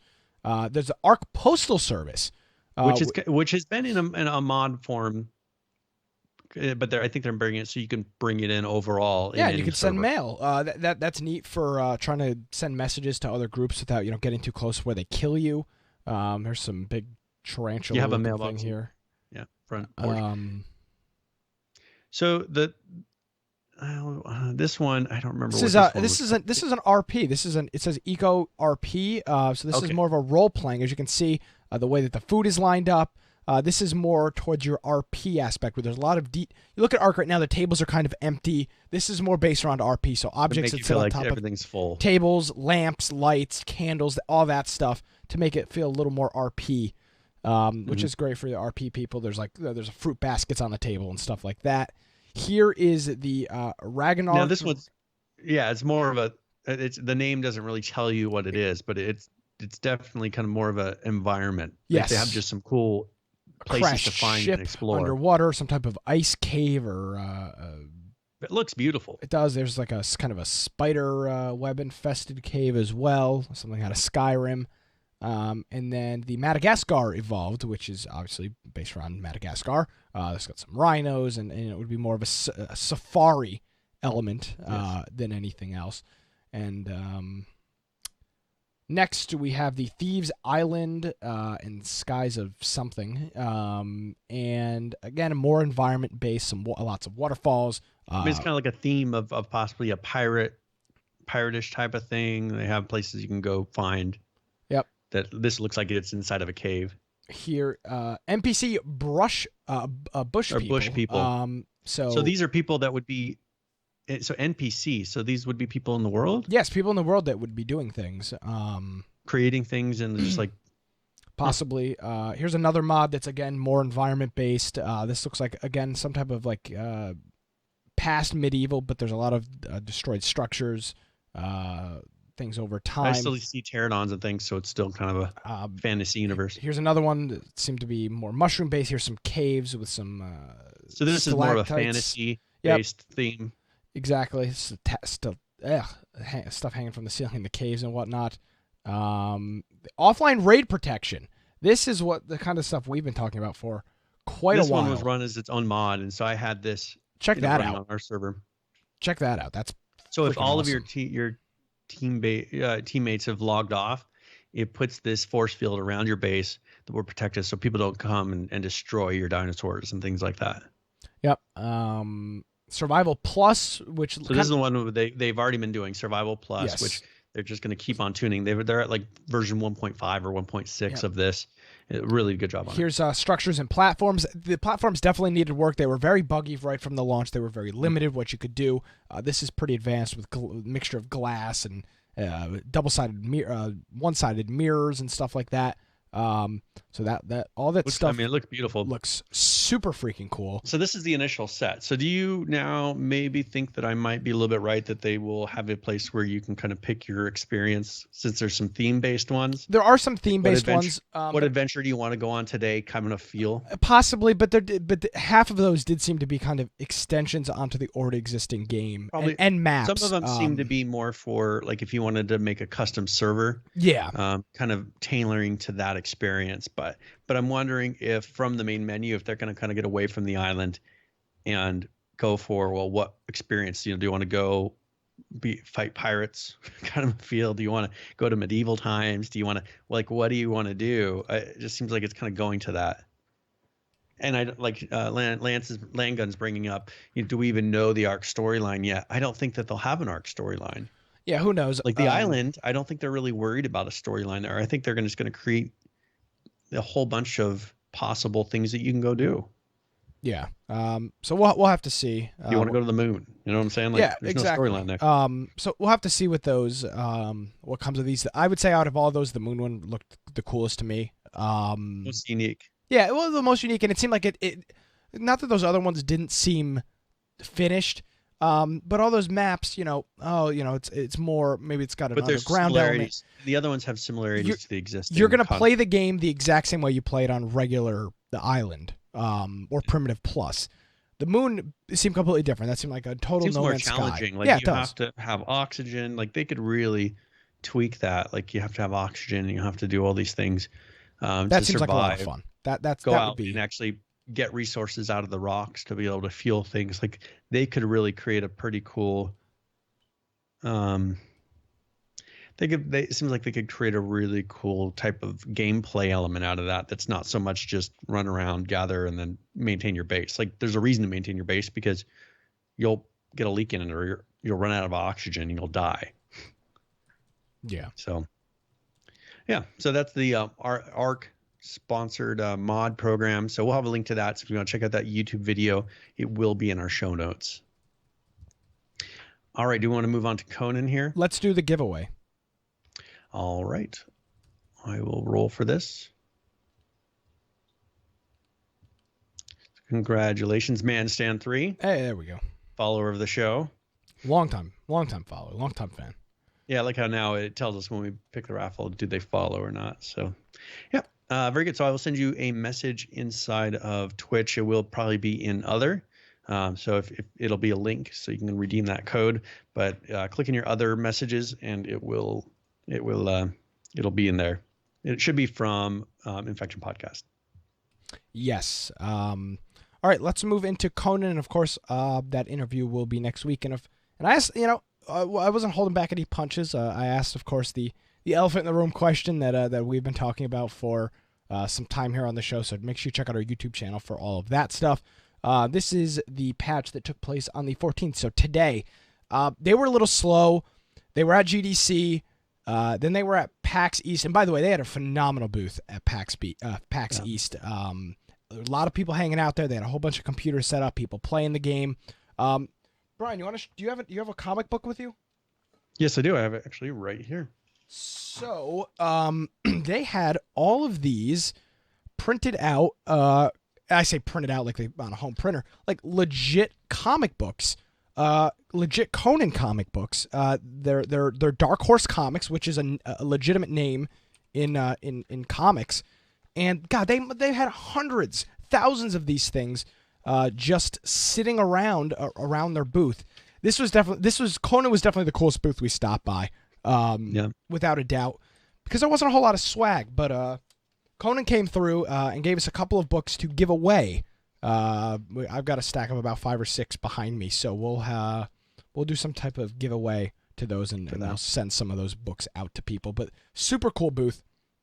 And we'll get to that stuff next week. So, hey, you can cut them some slack, right? We can cut them slack for a couple of weeks. They've been at GDC and PAX and it's East amazing like how these conferences will wear you out. Like Nick and I think finally caught up on our sleep last night. Yes. But that's the one thing is I was just exhausted afterwards. You're walking, but also it's just nonstop for a couple days. And for them, it's 3 straight days. One thing I saw them post is, they're just hoping they'll get their voice back. Because it's something that you're talking for pretty much 3 days straight in a situation like this. So yes, my voice was shot. Now that it's talking for 2 hours time, it isn't going to help us either. But we do have this Conan Exiles update. Excuse me, this came out today. The TLDR of this is a couple of exploits fixes. The first one is fixed a case where you could respawn inside of rocks, which I don't know if that would allow you to move outside of the rock or if it would just let you spawn probably in be and then stuck move in out. there, I would assume. Who knows? But definitely you don't want to be spawning inside of rocks. And then the second exploit that was fixed in this patch was a rocket jump exploit. I would imagine that you could rocket yourself over a wall, into it says somebody's rock base. jump, so somehow I think it was like you're jumping. Oh, rock from jump, a rock. not rocket jump. Okay. Yeah, but did you see all those ones where people were? Well, I've seen it not necessarily in this game, but they use objects, and I think they were using a chair in this one. But they'll use objects in the world, and it'll just make them either go really fast. If you look at like the speed run of what's that game where Portal 2, Yes. or maybe it was Portal 1, where you look at the speed run of that, and they're just using objects in the environment to just slingshot themselves to different places. Exactly. It's amazing. These people will find anything possible to be able to either get somewhere they're not supposed to be or to do something they're not supposed to do. So this is fixing one of those issues. So there's something going on with the rocks that was allowing you to probably jump higher than you were supposed to. And then just a couple of other things in this changelog quickly. Fixed a server crash related to database initialization. This is on the server side. A server wouldn't start up, which could be a problem. Server admins can now specify the amount of friendly fire. So if you maybe you could set that threshold that if you hit your teammate twice, it doesn't do any damage, but after the second hit, you're clearly... And also that like guildmates can't hurt guildmates, so like this will be a sad thing for Joe. Well, no, this is saying that you can specify the amount. So after two hits, but it's also saying, it says guildmates hurting guildmates. Yes, so that's friendly fire. You can turn off friendly fire. That's what I'm saying. You can change the amount, so you can have it be 0, or you could have it be 2, or have it be 3. So after 2 or 3 hits, you would start hurting your guildmate. That's what that means. So you have the ability to do that. Female characters have stopped taking testosterone and should now sound like females. I guess there was an issue with the voices with that. Fix the bonfire cook thralls becoming invisible after server restart. A lot of those thralls have been having issues after server restarts. Though I imagine they're continuing to iron those out like they have been the past couple of weeks. I think they probably are pretty close to having them all. Yeah. Because they've seemed to have worked their way through them all. It's no longer possible to walk on water in the northern rivers, so you obviously be able to walk on that. Like Chris Angel, you shouldn't be allowed to. You have to swim. You can now place regional structures in, religion structures in local play. So if you're playing by yourself, I guess the religion wasn't working. You now can do that, which is great. Fix player bodies not being lootable underwater, which is something we dealt with in Ark. Was also a problem trying to loot bodies underwater. So you will now be able to loot them underwater if you can find them. And then shields should last longer in combat. So a little buff to the shields if you're a fan of those. I did notice from the little bit we played at the beginning, the shields were useless because after a couple of hits, they would break instantly. So, that's Conan. Small update. Yeah, other than that, performance, server settings, and just general fixes. Yes, nothing. They did do some balance and gameplay fixes. So if there's some things that you found, weren't being quite right, you might want to look there. And we'll have a link to the show notes. So you can go through and check that out because this is a decent patch size for. They didn't have a ton of them, but they seem to have gotten them all out at once here on this one. So. Yeah, it's pretty good. Looking at Conan Exiles, I would imagine they're getting ready to. I think the tides are about to change with that, and people are going to start coming back. It's much more reliable than it was in the past. So hopefully this is. That's the tough thing with this is it usually takes a little while for everything to kind of settle out with the game. They're finding all the things that just act weird, don't work quite right. They're getting a lot of those things fixed to where now you can go through and do a game, play for the full weekend, and you're not being riddled with different bugs or things you're trying to work around. Everything should be fairly, working as intended at this point. And then hopefully we'll start seeing some content updates to where now that it's working as they intended, then they can add new content, which I'm sure they're going to be doing here in the next month or two. Yes, for sure. Now, PlayerUnknown, they had a beta update number 2. So this is for the week before. On the 9th. Yeah, so this is what you would have played this weekend. No, 2 weeks ago. Or is it 2 weeks ago? So this is the second update off this was updated. No, this would have been for this weekend. Because it was on the 9th. It was this past Thursday. I know, but the issues would have been discovered the week before. That's what I'm saying. Would have been discovered, but it would have been. I'm saying, is it equivalent to what you would have played correct. This weekend? Yes. That would be. Yeah, this would be the experience you would have had. So they went through and they said that here's some known issues. The client may freeze/lock when entering a game, which I did run into. So did I. Once, I think, maybe twice. Or when returning to the lobby, which I ran into that once or twice as well. It says restart your game to fix the issue. The spectate camera is fixed in third-person view when spectating teammates. It says we will continue to improve the features over the coming month. You may not be able to loot some items, so that's a known bug. And there may be cases of your character getting stuck in certain areas of the world. So these are things that I'm sure they'll have patched before this next 5-player test this coming weekend. And then changes that they made were for gameplay. It said both solo and duo modes are available all weekend, so you should have been able to play either solo or duo this past weekend. It will now be easier to drive through wooden and barbed wire fences. The X key has been included in the key bindings, and the default screen settings is now full screen windowed, which is, if you're going to be alt-tabbing out, going to other windows, that's the best way to go. And you can now press the F key to cut away from the parachute when it gets stuck in various objects. So you press F, and then it will. I assume if you hit F key too early, it'll probably kill you. So, do you want to cover the rest of them? Yes. Excuse me. I mean, if your voice is tired, I can go. No, I'm all good. Good. So there's some performance and stability things as well. And by the way, that F key thing. I've tried it a couple of times, and most of the time it doesn't do anything, but sometimes it does kind of get screwed up. Maybe they try to sense that you're stuck, so you don't accidentally press it and drop from the sky and die. Yeah. Maybe they're trying to detect that you're not moving when you should be in it, but you're not touching the ground yet, and then they'll allow you to press it. Yeah, and by the way, the big fix for me this weekend was. Are you talking about cutting away or picking up things? I'm talking about something completely different now. Okay. The biggest issue for me last week, and I'm sure for you as well, was the issue of the parachute rotating you 180 degrees when it came out. Right before it landed. No, it was right when the parachute deployed it. You would be parachuting, you'd be wingsuiting down.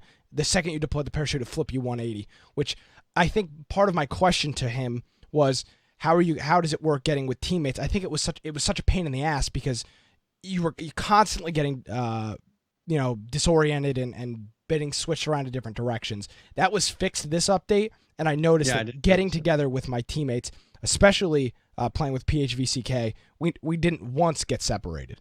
We didn't have any issues in which part of that's a learning curve, I think, as far as we getting used to the way that the parachuting works. I think that Player Unknown was correct in saying that this is going to have to be where we learn to communicate, and now that we don't have the game actually fighting against us on it, it's becoming easier. Yeah. So with that, I guess part of my question was negated by the update this week, but since we didn't have a chance to play it, we didn't have it yet. We had no idea, or we weren't at our computers to play it. Yes. So just wanted to throw that in there because that was my complaint last week, is that the parachutes were insane all over the place, and it made it very, very hard to get together with your teammate. Performance and stability with this server performance has been improved, and we will resolve multiple crash issues. I'm sure you saw less crashing on server sides. I did get disconnected once from a server, spawning in. I was playing with Matt, jumped out of the parachutes, and probably 3/4 of the way to the ground, everybody just froze. And we just backed out and got back in, so that server crashed, I would imagine. Decrease the video and system memory that the game client uses. Resolve the client crash issues that occurred when trying to exit a game. Everybody seems to be having this weird issue when after the game ends, your game crashes. I've never had that problem. I always have the button to escape back to the menu, so I think that's a per computer basis. I had where sometimes the button wouldn't show up. Like I've never had to escape and then exit. The only time I ever had to restart the game was when I couldn't see a friend online. No other point that I have to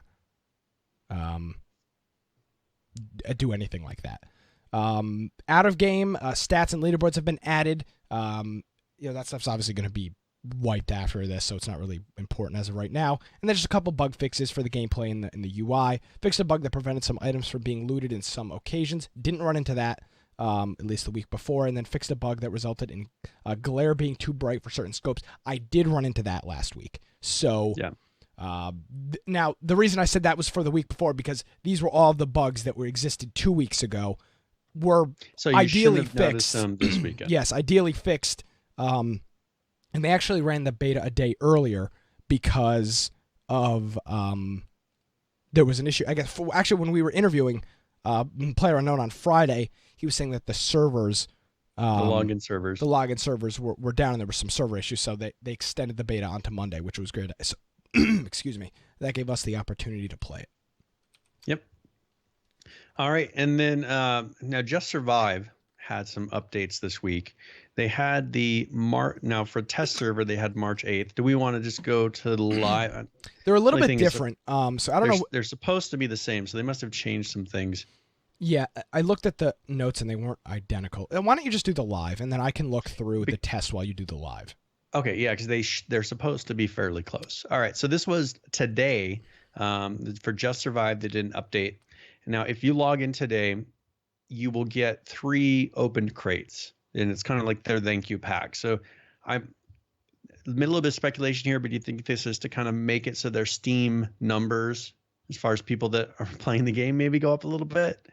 Just getting people to launch the game, get them into the game when they haven't launched it, or maybe people have uninstalled the game. This is kind of their secret little trick to get people to reinstall the game and at least have it on the computer so that they'll be more likely to open it. It's kind of my guess. But they're doing 3 free crates. So if you go in there, it's 3 different ones. And this is for Just Survive only. They had several individual crash to desktop fixes that they did. They optimized some rendering performance. They reduced a number of extraneous updates on NPCs with no behaviors ability ticking. They lowered the number of checks for NPC relevance, so this is to increase the server performance. They adjusted visibility distance for objects without profiles, so they're not invisible by default. They optimized NPC proximity checks, so this is another performance increase for servers. Navigation system optimizations, and this is NPC performance increase. The proxy broadcast rate was adjusted, and this is for server-side performance. All right. this is also for proximity manager multi-threading optimizations. And so this was a server side performance increase. Punji stick fixes. So they said they will now damage players and all zombie types. So if you lay the punji sticks around your base, it should do damage to everything. Certain things won't pass over that. Wolf run speed reverted to the original setting, and I'm not sure if this is. I would assume that this is maybe a little bit faster, but wolves used to be messed up. I'm not sure how long ago they changed that, but however it was before with the wolves running, it should be back to that. Non-structure player items can now be placed on deck expansions or on top of player structures. And then infinite grenade hack has been fixed. So there was a note, I think, in the test server and before that, where there was a bug out there where people were having infinite grenades. So that should be fixed. So people shouldn't be able to continuously throw those. Miscellaneous base security fixes. So they fixed an issue with approved players being kicked erroneously in the base permissions. And then also base security now performs as expected. And then DLC outfit names fixed. So all outfits grants are now correct on Steam. So you should see those in there. And then comprehensive anti-cheat exploit countermeasures. And this is something that they always seem to put a thing afterwards saying, we're constantly working on our anti-cheat. Just because we put it in here doesn't mean this is the first time we've worked on it since we mentioned it last time, is pretty much the... Yeah, I think it's pretty much what they hint at. I think, Brian, with mostly every game that is multiplayer online, they're always improving anti-cheat trying to. and server performance. It almost gets a little bit much, especially with Arc when it's like one update, fix server performance. Like every single patch is a server performance fix. So, yep. It seems like at this point, and any multiplayer game is constantly implementing or constantly working on anti-cheat and making that as good as it can be. Server performance and client's performance. Those three are givens every single time. So now, and one thing they put a note in here, because I think they've been really trying. Okay, so this is kind of the opposite of the feeling now that I get from King of the Kill. King of the Kill is very successful, and it seems like kind of that appreciation for the community has gone away. They've got a huge. We'll go into the numbers later. But here they put a note in here. We have an amazing community and we wanted to do something nice. And this is saying in regards to the 3 crate pack, to say thank you for sticking with us and supporting us as we make JS the game we know it can be. So that's the point of that thank you. And I just think that this will this is hopefully going in the right direction. I now in my mind think of Just Survive and King of the Kill as separate. Yeah, as you should. Yes, but for a period of time, I kind of lumped them all together as the same thing. I think now they're getting enough separation to where I treat them differently. And it says they mentioned test update last week, but it bears repeating that this will be the last live push without new content. That's exactly what I was just going to say. So I know everyone is eager for the new map, modular base building. So be aware that new content is often going to mean things like the new melee system or weather. Things aren't always going to be happening at the pace you'd like, but I know that you're going to appreciate the results when we roll new things out. So from here on out, this was kind of a performance bug fix patch, but after this, they're looking at putting out new content. And it may be, excuse me, it may be a month or two until we have our next Just Survive patch, which, as I've said in the past, and I'll continue to say, perfectly fine. Perfectly fine. But if this verbiage is correct from Landon Montgomery, this will be the last patch before we start seeing new content. I hope that stays true. And now, I'm willing to give these guys because I'm willing to give these guys the benefit of the doubt, and I haven't seen the major amount of crossover like from these guys talking. It used to be that there's so much interchange between the two products. It was like, are they really different? They don't seem different. Like they seem like they're the same thing.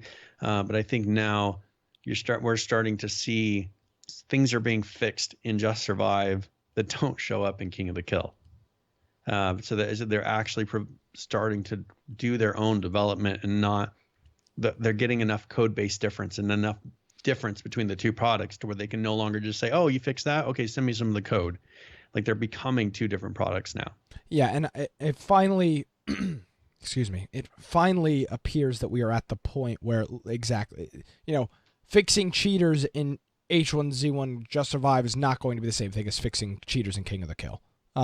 There will most likely be some overlap, and actually, there will be. There has to be. Because if there's not, then there's absolutely no point. So, I think, Brian, for us Just Survive people, not that we don't like King of the Kill, but for the Just Survive people, I think we are a month or two before we start seeing some really, really cool stuff out of Just Survive and out of the team there. Because it's so. How much do you think needs to be put in until you start to feel like, okay, that's enough to draw me? The new map, to at least give it a shot. the new map. I would imagine they're going to roll out modular base building and the new map in the same. Here's the thing. I would hope they would kind of squeeze in modular base building before the new map, so that when they roll out the new map, like it has that much better of an experience. I don't know. I feel like I would kind of want to learn those things hand in hand, like I'm learning a completely new game. Or if they can release them at the same time. I just think that this is the way I see it. H1Z1. Just Survive at this point in time has such bad PR with it. It's terrible PR. It is the bastard child of Daybreak. Nobody plays it. Nobody pays attention to it, and it's honestly it's a failure. There's like 3,000 people playing it at a time. In its current state. In its current state, exactly. I think the only successful way for Just Survive to come back is for them to release an update that includes new melee, new map, new base building, so that when you jump into it, as close to possible same patch as possible. Not as close to possible. The exact same patch. Here's the thing, Brian. They need people to come back and say, "Holy crap, this is a completely new game." And the only in their way mind, they view it as. That's how I see it. Here's the thing: if they introduce all of these things time and over, by the time the new map comes out, I'm going to already be comfortable with the base building system. I'm already going to know the melee system. I would want to go in and just play it like it is a brand new game. Like I had downloaded it for the first time, and I'm going to jump into it because I'm not going to know where the hell I'm going, and I'm not going to know how to build anything. It'll be kind of like the initial feeling that we had, and that's kind of that rush you get, like that feeling of a new game, a new world. You always get more gratification out of a game when you don't know the map. For instance, like that Horizon New Dawn that I've been playing. That like a part of the fun experience of playing through that game in the very beginning was, this is a huge world and I don't know where things are. Like I don't know what I'm going to run into next. But then as you get more to the end of the game and you know where everything is, then it becomes more of a repetitive, all right, I'm going to run around, I got to do this, I got to go here. I really enjoy that initial, I don't know where to go. Like I guess that was kind of a downside, is if they were going to use the original, new King of the Kill map with this, we kind of know where everything is. That would have been less enticing to me than what they are doing of bringing in this whole new map to where you can feel like you're exploring and discovering, and it is a new feeling when you spawn in for the first time. Exactly. And I think the only way to really wipe the slate clean, which is what they need for Just Survive, that is the way to do it, is not to PHE brings up there might be NPCs in this, like who knows, but again, what do you think? I don't care what's in it. It all needs to come at the same time. That is the point I am making. I don't care what's in it. It all needs to come at the same time, because if they just barely turn that faucet on and it's just a dribble, they trickle it in, it sucks, because by the time it already comes in, it's like, I've already seen the NPCs, I've already seen the base building, I've already seen the zombies, I've already seen the melee, I've already seen the weather system. All you're showing me is the new map. They need to package this up. If somebody from Daybreak is listening, package this thing up. Are you saying they are? I'm saying if somebody is listening, yeah, package this thing up in a nice little shiny silver box, put a bow on the top of it, and push it all out as one thing. Because I really don't want to see a half-assed implementation of each thing coming in until the new map is ready. If it takes 3 months to get it done, then don't push an update to Just Survive for 3 months. But please do not trickle these things in one by one, because because I'm going to be so pissed off by the time the actual map comes out because it's just not going to be the same. I want a whole new game, which is what Just Survive needs, and I would imagine they know that. I think they know that. Well, and these new developers seem pretty competent, not confident, but competent in how they're handling things. They're handling it in a much better fashion than it used to be. I mean, here's the thing, Brian. Let me ask you this. One question that we need to move on because we're crazy running late. Yeah. If they just introduce base building next week, let's just say next week they introduce the modular base building system, are you going to jump back in to Just Survive and play it for 3 months? No, I would log in and I would check it out. Get there just enough to get a base built. Bingo. And then that would be it. That's what would problem. be the point? Exactly. That's why they need to release it all together, because nobody is going to go, oh, I'm gonna spend the next 6 months of my life playing this game. If it all comes together, it all needs to come together at the same time. That is the key to success with Just Survive, I think, at this point. Yeah. So we'll see what happens. Yep, we'll see. And I think that they have that in mind. They have to, and it may be that they kind of trickle these things into the test server, I would assume. But and then get the test server to the point of they feel like it's stable, and then push it, because it's not like they're putting all this together secretly in the background and then boom, it's on live. Like, that's not how they're doing it. These would be things that, okay, this week we have Melee in the test server. This week we have the base building into the test server. This week we have the new map on the test server. It might not be 1 week between each, but I think that these things will be tested and you'll be able to go check it out. But then they can say, all right, this is the new release of Just Survive, and it'll be, once it's stable, roll it out. Yeah. So let's move into King of the Kill quickly. There was a producer's update and a game update. We're not going to cover those, but we did have record-breaking numbers for H1Z1 King of the Kill. And I don't care what you think. It's a failure. You hate it. It sucks. It's not good. You're wrong. Somebody's playing it. You're wrong. I mean, you can't possibly be right. So Saturday, while we were actually recording our special edition of Infection, I actually nudged Brian and had him look at this picture. They reached a peak on Saturday of 110,237. Now, Ark, if you remember, about a month ago, reached their all-time peak, which was 101,035. So they had 9,000, just over 9,000 more players. Yeah. Playing H1Z1 King of the Kill than Ark. So again, you can say the game's a failure, you can say it sucked, you can say you hate it. There's 100,000 people playing it, and there was 100,000 people that played it today. We calculated that's over like 700 to 800 servers they have going at once, like games, concurrent games.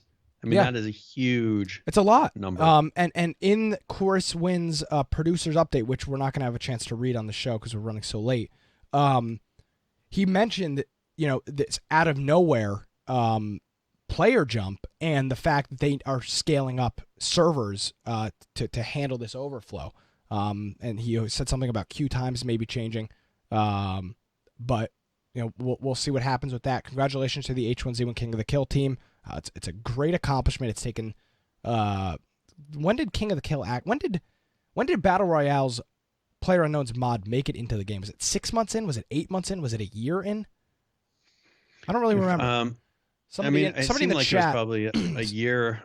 It had to have been like a year, maybe 3/4 of a year, if I remember correctly. And PHVCK's made a great point. That's when Battlegrounds was live too. And I would imagine a lot of this hype, Brian, is around this tournament. People are trying to qualify for this tournament, and because they have to get their numbers up. As we say, get good. So for people to be getting good, they need to be playing, and this tournament's going to be, I imagine, is going to go very well. Of course, we'll have TwitchCon that's going to be in September, October-ish range. I don't think they've announced it for next year yet, but again, say what you want, but you're fooling yourself if you don't think King of the Kill is an unbelievably successful cash cow for Daybreak.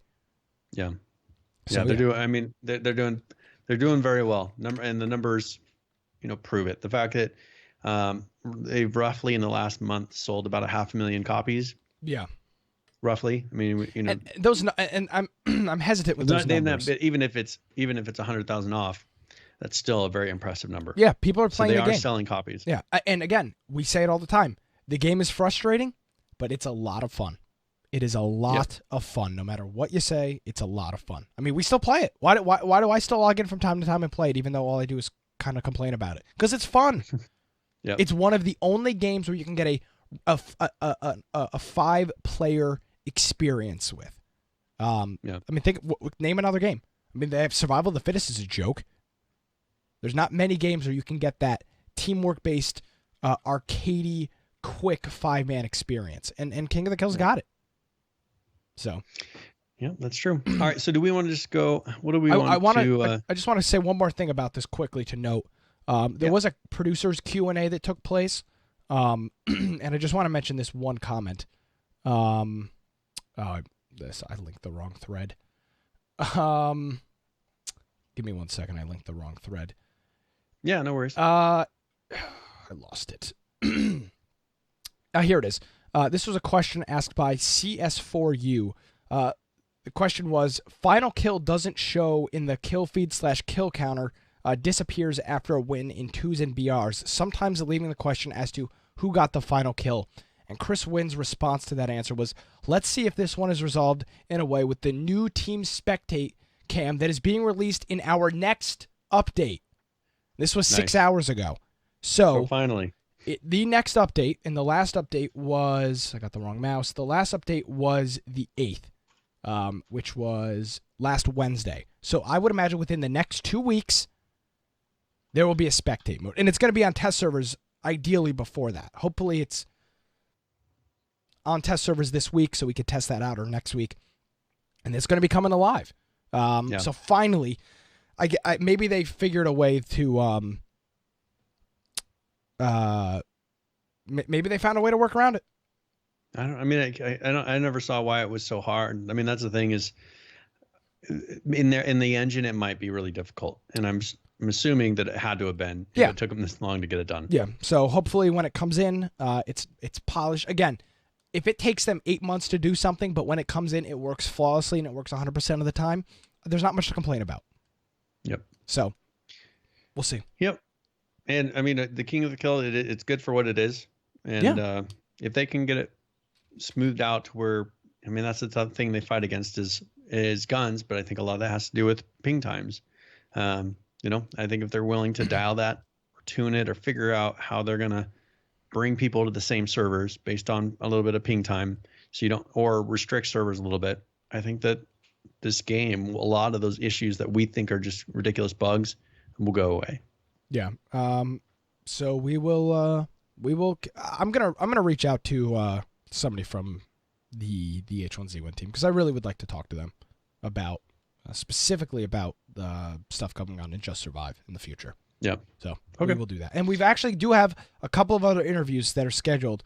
We were going to do one a month. But we're going to probably have to do 2 a month, or we're going to be booking people into 2018, which is not an effective measure when doing a podcast. So with all that being said, let's move on here, Brian. We've got about 10 minutes left. I'm not going to do current players. My voice is shot. So we'll just have to do tip of the week at the end. So whatever you want to do, we can. Well, do we want to do the Rust video really quick and then give your voice the Rust video is like 7 minutes long, so that'll wrap up the show. Okay. Then we do want to do Miscreated. Let's do Miscreated and Unturned, and then we'll wrap it up with the tip of the week. Okay. That work for you? Yep, that works for me. So one thing they did, this is update number 47. So this was put out 4 days ago over the weekend. It's a big one. And yes, so they now have added so that servers can support 50 players. So they're raising that up. So they must be getting the server performance to the point of, the point of where they can handle more and more players. They put out to where they could handle more players initially with getting the relevance system put in. But with this, they're getting it tuned up to where 50 players, hopefully, I know they want to do more.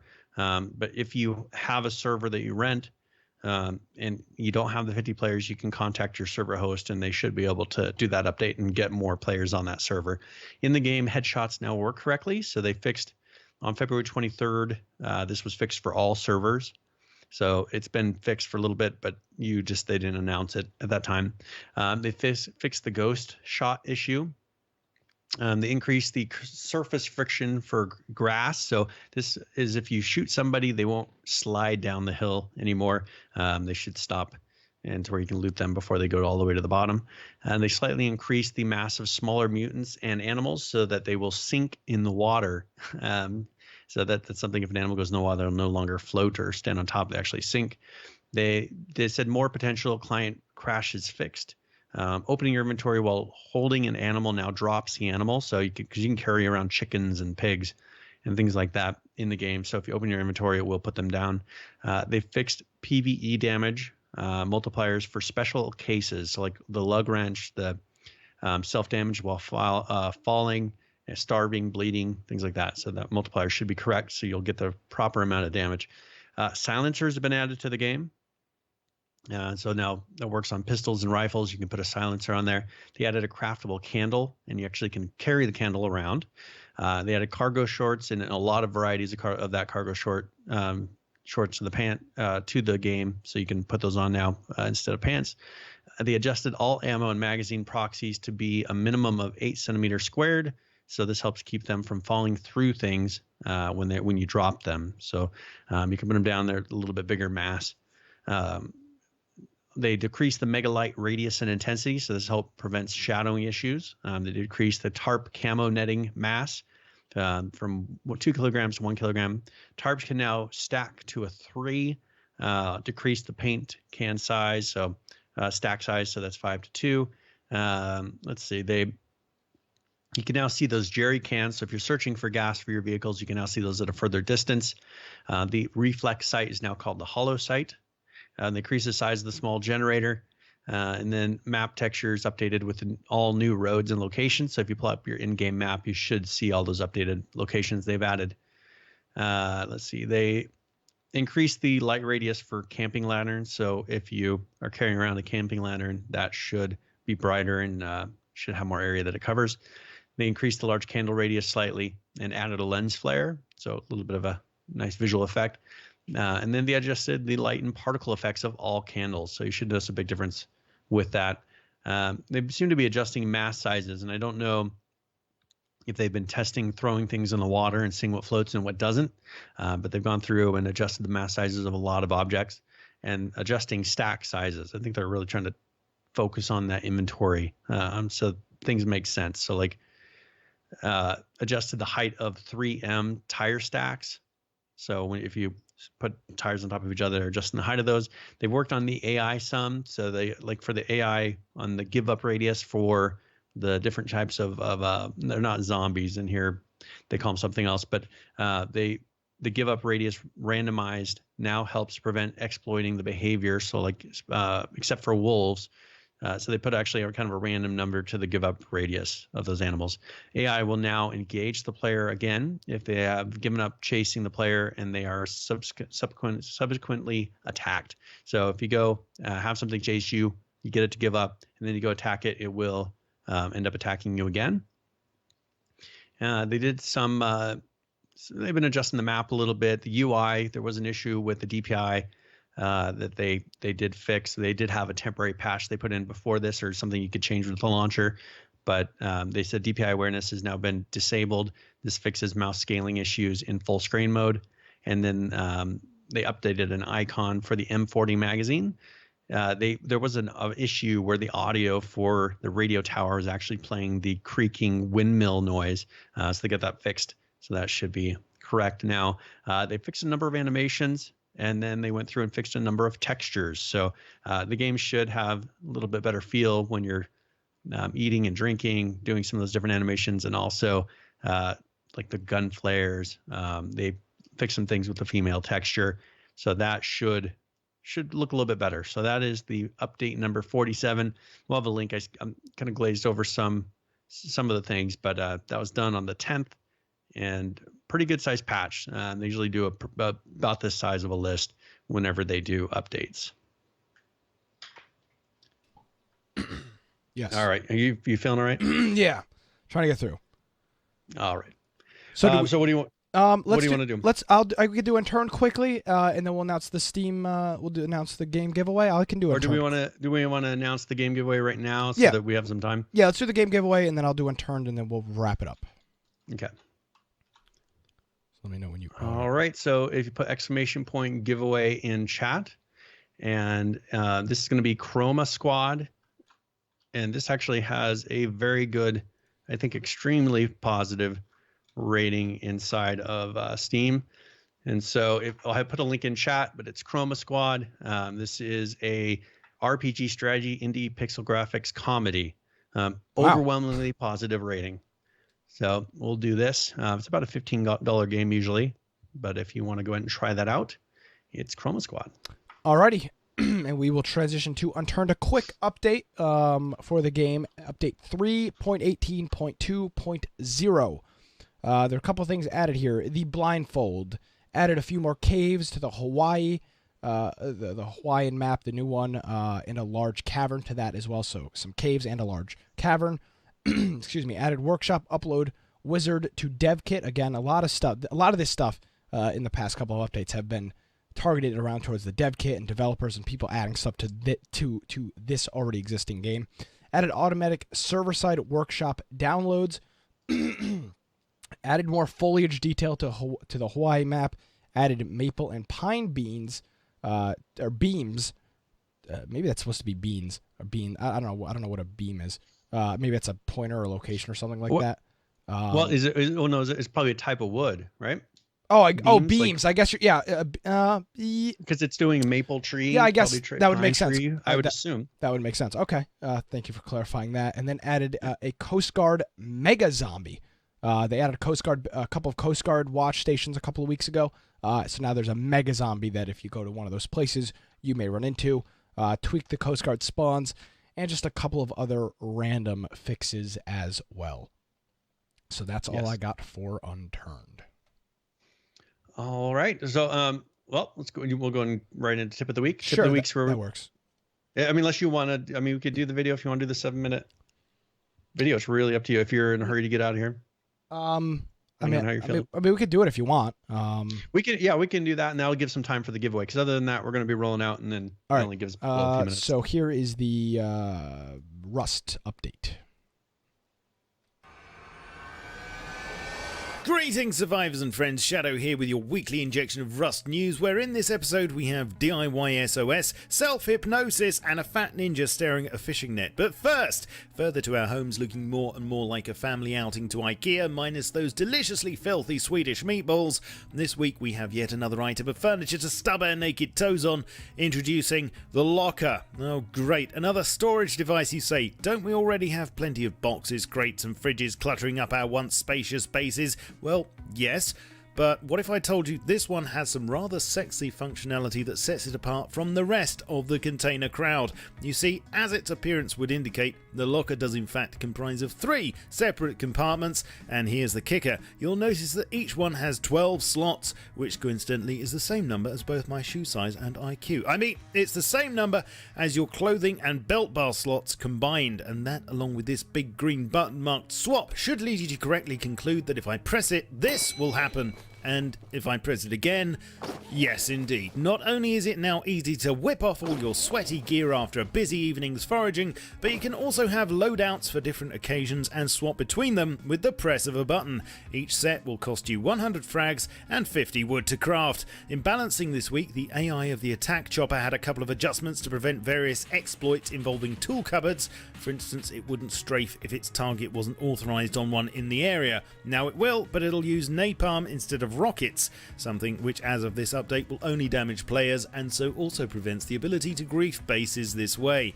Flame turrets are cheaper now, costing 5 high qual and 3 pipes less than before, and auto turrets require 35 less high qual, with parts available rarely in rad towns and in purple boxes. Since vending machines started showing up on our maps, it became a lot easier to plan shopping trips, but there was no indication of stock levels. Now, to prevent disappointment, empty machines will show as red, and the news is that further information will be displayed in future, such as a rating system.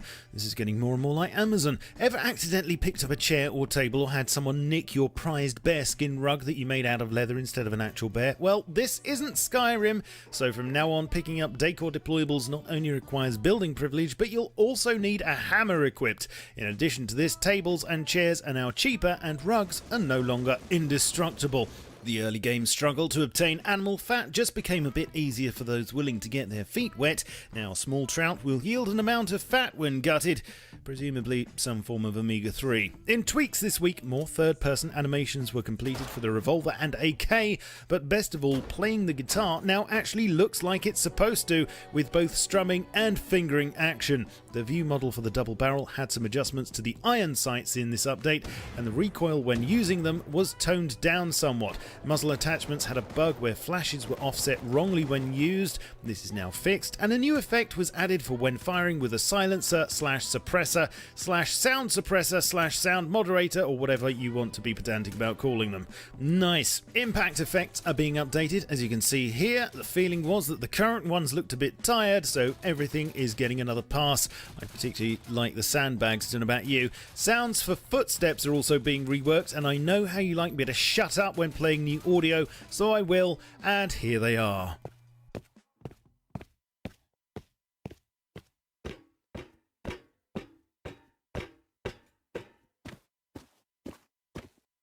This makes for great radio, everyone. Multi-threaded batching is now in, so what you say? Well, this should provide a performance boost, especially when loading in large buildings, for instance, but it's also a future-proofing exercise for other optimizations such as occlusion culling, which should make a lot of potatoes very happy indeed. Progress was also made in the area of memory leaks, with a couple more being identified and taken care of this week, and because performance isn't being helped massively by all of the workshop skins we've been getting lately, ways to improve this are being looked into. But for those that really find it a problem, skins can be temporarily disabled now by typing item skins 0 into the F1 console. Elsewhere on the subject of performance, various building parts have been optimized over the last couple of weeks to reduce the number of vertices being used, and it was also discovered that for some reason, plants such as pumpkins and hemp were impacting performance even more than player bases were, so this has now been addressed. Over to works in progress, and I mentioned recently that a new Tier 1 workbench was taking shape. Here's the latest model, complete with air freshener, tree and floating wrench. Not quite sure yet what will be included in the functionality, but stay tuned and I shall fill you in when I know. The wooden armour rework now covers all of your key vulnerable spots and really does look like a man just burst out of an old barrel. The idea of a matching helmet's being toyed with, but it's not certain whether that will ever be a thing. Hopefully soon though, this should be in-game. If you ever wondered why we can't make skins for the bed, it's because it's currently being reworked to fit in more with the Rust aesthetic. Here's how it's looking right now, and I can't help being reminded of the movie Step Brothers when I see this for some reason. The flow of items squirting forth from Concept Limbo still shows no sign of abating, and the latest examples to look forward to are firstly the wall spinner, which was a concept from over a year ago, which was thought of as a way to help make complex decisions. The plan is to allow players to paint it themselves, but also to enable pre-made skins to be uploaded to the workshop. And secondly, a new wall block that would act as a frame, but allow players to create continuous climbing surfaces inside or indeed outside their bases. Let's just hope we never get turtles on Rust Island, eh? Lastly, a feature that Gary has been working on and that's only available to server owners and admins is the ability to record demos in Rust. I'll put a link to the forum post for you in the video description, but basically this feature allows gameplay in Rust to be recorded and then played back, slowed down or sped up and viewed from any angle. It's a really cool idea and will not only help with development but is also dead handy for filmmakers. As I say, it's restricted to admin only, so can't be abused to look inside bases, for instance, so don't worry about that. What do you think of this week's update? Leave me a comment, also smack those like and subscribe buttons, and join me on Twitch, Twitter, Facebook and Steam too. I shall catch you all soon, but in the meantime, keep calm and stay rusty. Cheerio. All right, thank you, Shadowfrax, for the update. He actually is now a verified channel on YouTube now, which he was able to accomplish. He was given today, so congratulations to him on that as well. I wish him the best. That movie editor thing is awesome. For cinematic stuff, it's a great little tool for for film makers that want to do stuff like that. All right. Yeah, and I wonder how he he's doing that as far as kind of letting you move around the scene and everything. That's pretty cool. It didn't look like a Ansel or whatever that is, the NVIDIA, because this is actually letting you do a moving one. Stuff. So he must have done a lot of work behind that. All right, where do we go next? All right, so tip of the week. Tip of the week's where we go through and either I'll give a tip about a specific game or maybe a gaming tip in general. This week it's going to be about Battlegrounds. So this is tip of the week.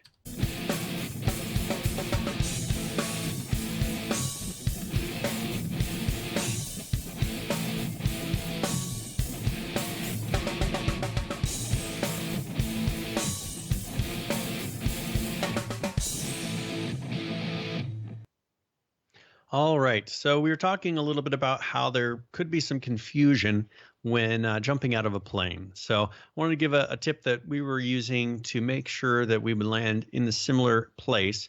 So when jumping out of a plane, you can adjust your falling speed. So on the left-hand side, you will see it will say how fast you are falling to the ground.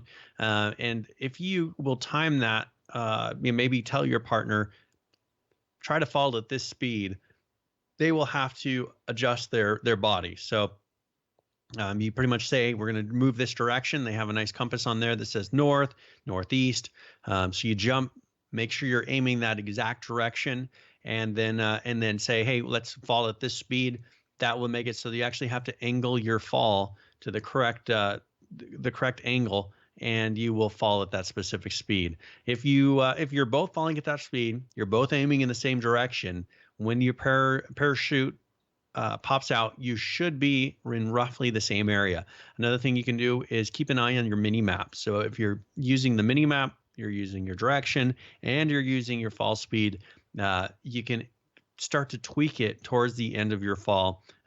When you're in the parachute, kind of angle it to where you are getting somewhat close, because should both be right on your mini map at that point.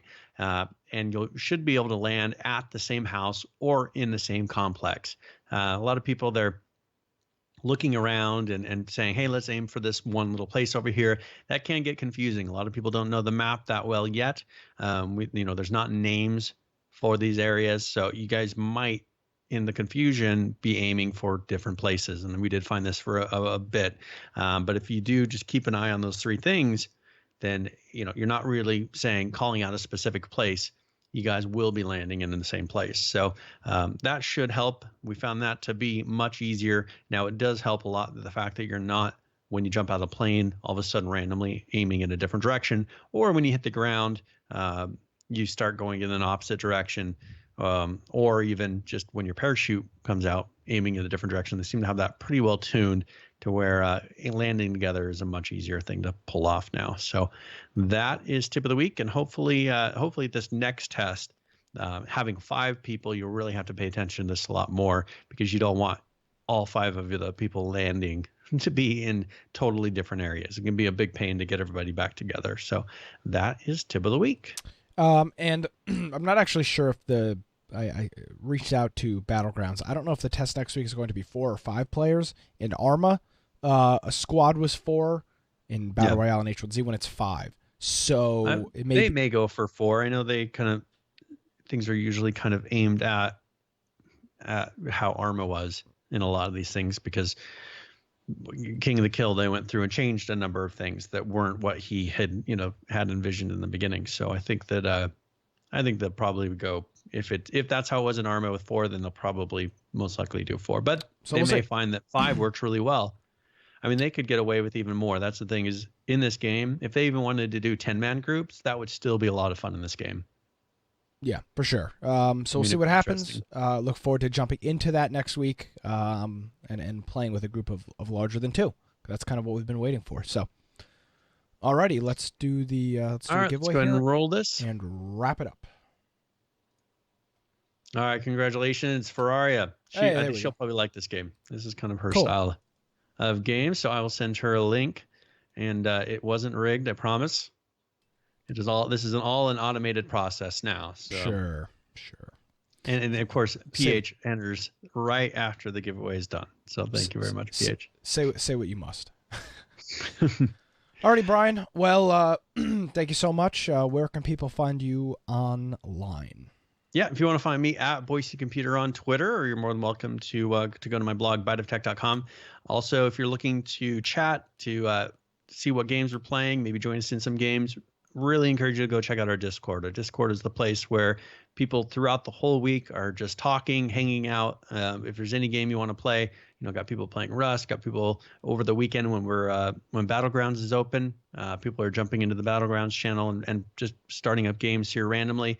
So if you're looking for a good group of players, we have a lot of fun people to play with, and we usually have about 40-ish people plus. Like right now, we got a little more than that in there at any one time. So there's a good selection of people to throw a game idea out there. So if hey, I want to play some Overwatch, I want to play even some H1Z1, just put it in chat, and usually you can find some people to play with you. So also, we have our Steam group. If you're looking for notifications of when our game of the weeks are going to start, looking for notifications of whenever live, at least, so maybe you're listening to the podcast form, you're watching this on YouTube after the fact, you can go ahead and join our Steam group, and it will notify you, send a little notification right when we're starting our live broadcast.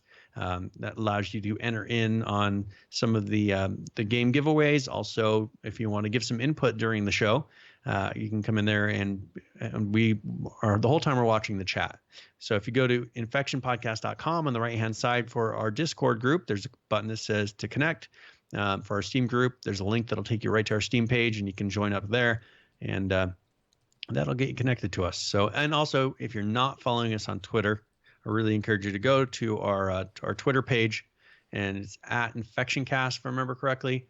That will, if you go on there, click follow, and we'd really appreciate it. So I think that's it for me. Alrighty. Thank you very much, Brian. And of course, I recommend you go check out our special edition of Infection, the Survival Podcast, our PAX East 2017 edition. If you like, if you're a fan of the pre-show and post-show on the live show, it's that entire thing is pretty much a pre-show. It's pretty much 2 hours of that. 2 hours of that. So if you enjoy that, check that out. We're going to be working on a bunch of cool things for the rest of the year. We have a lot of cool stuff that we're a plan that we've talked about, and we hope to get those things all worked out. Alrighty, Brian, thank you very much. Hopefully you have escaped the PAX pox. I don't think I have. So I think I'm good. But I actually want to show this picture before we leave. People don't believe how much snow we got.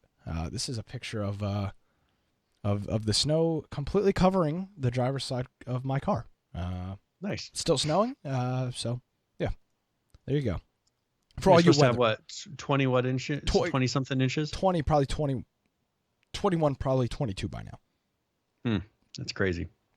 So, of course, check out our YouTube channel. We're going to continue uploading the rest of those interviews. I hope to have the rest of those up by next Tuesday. It all depends on how this thing progresses and how well I feel over the next couple of days, but we'll do our best. Of course, Nelson from Unturned will be joining us next week. Make sure you tune in live. If you're in Europe and you're listening to this after the fact, you said, I missed the show. Daylight savings time has happened in the U.S., hasn't happened over across the pond yet, so adjust your clock. Will be an hour earlier for you across the pond. So make sure you get all that stuff in line. Folks, that is going to do it for another episode of Infection, the Survival Podcast. Thank you for tuning in. Check out our website, infectionpodcast.com. Have a great week, everyone.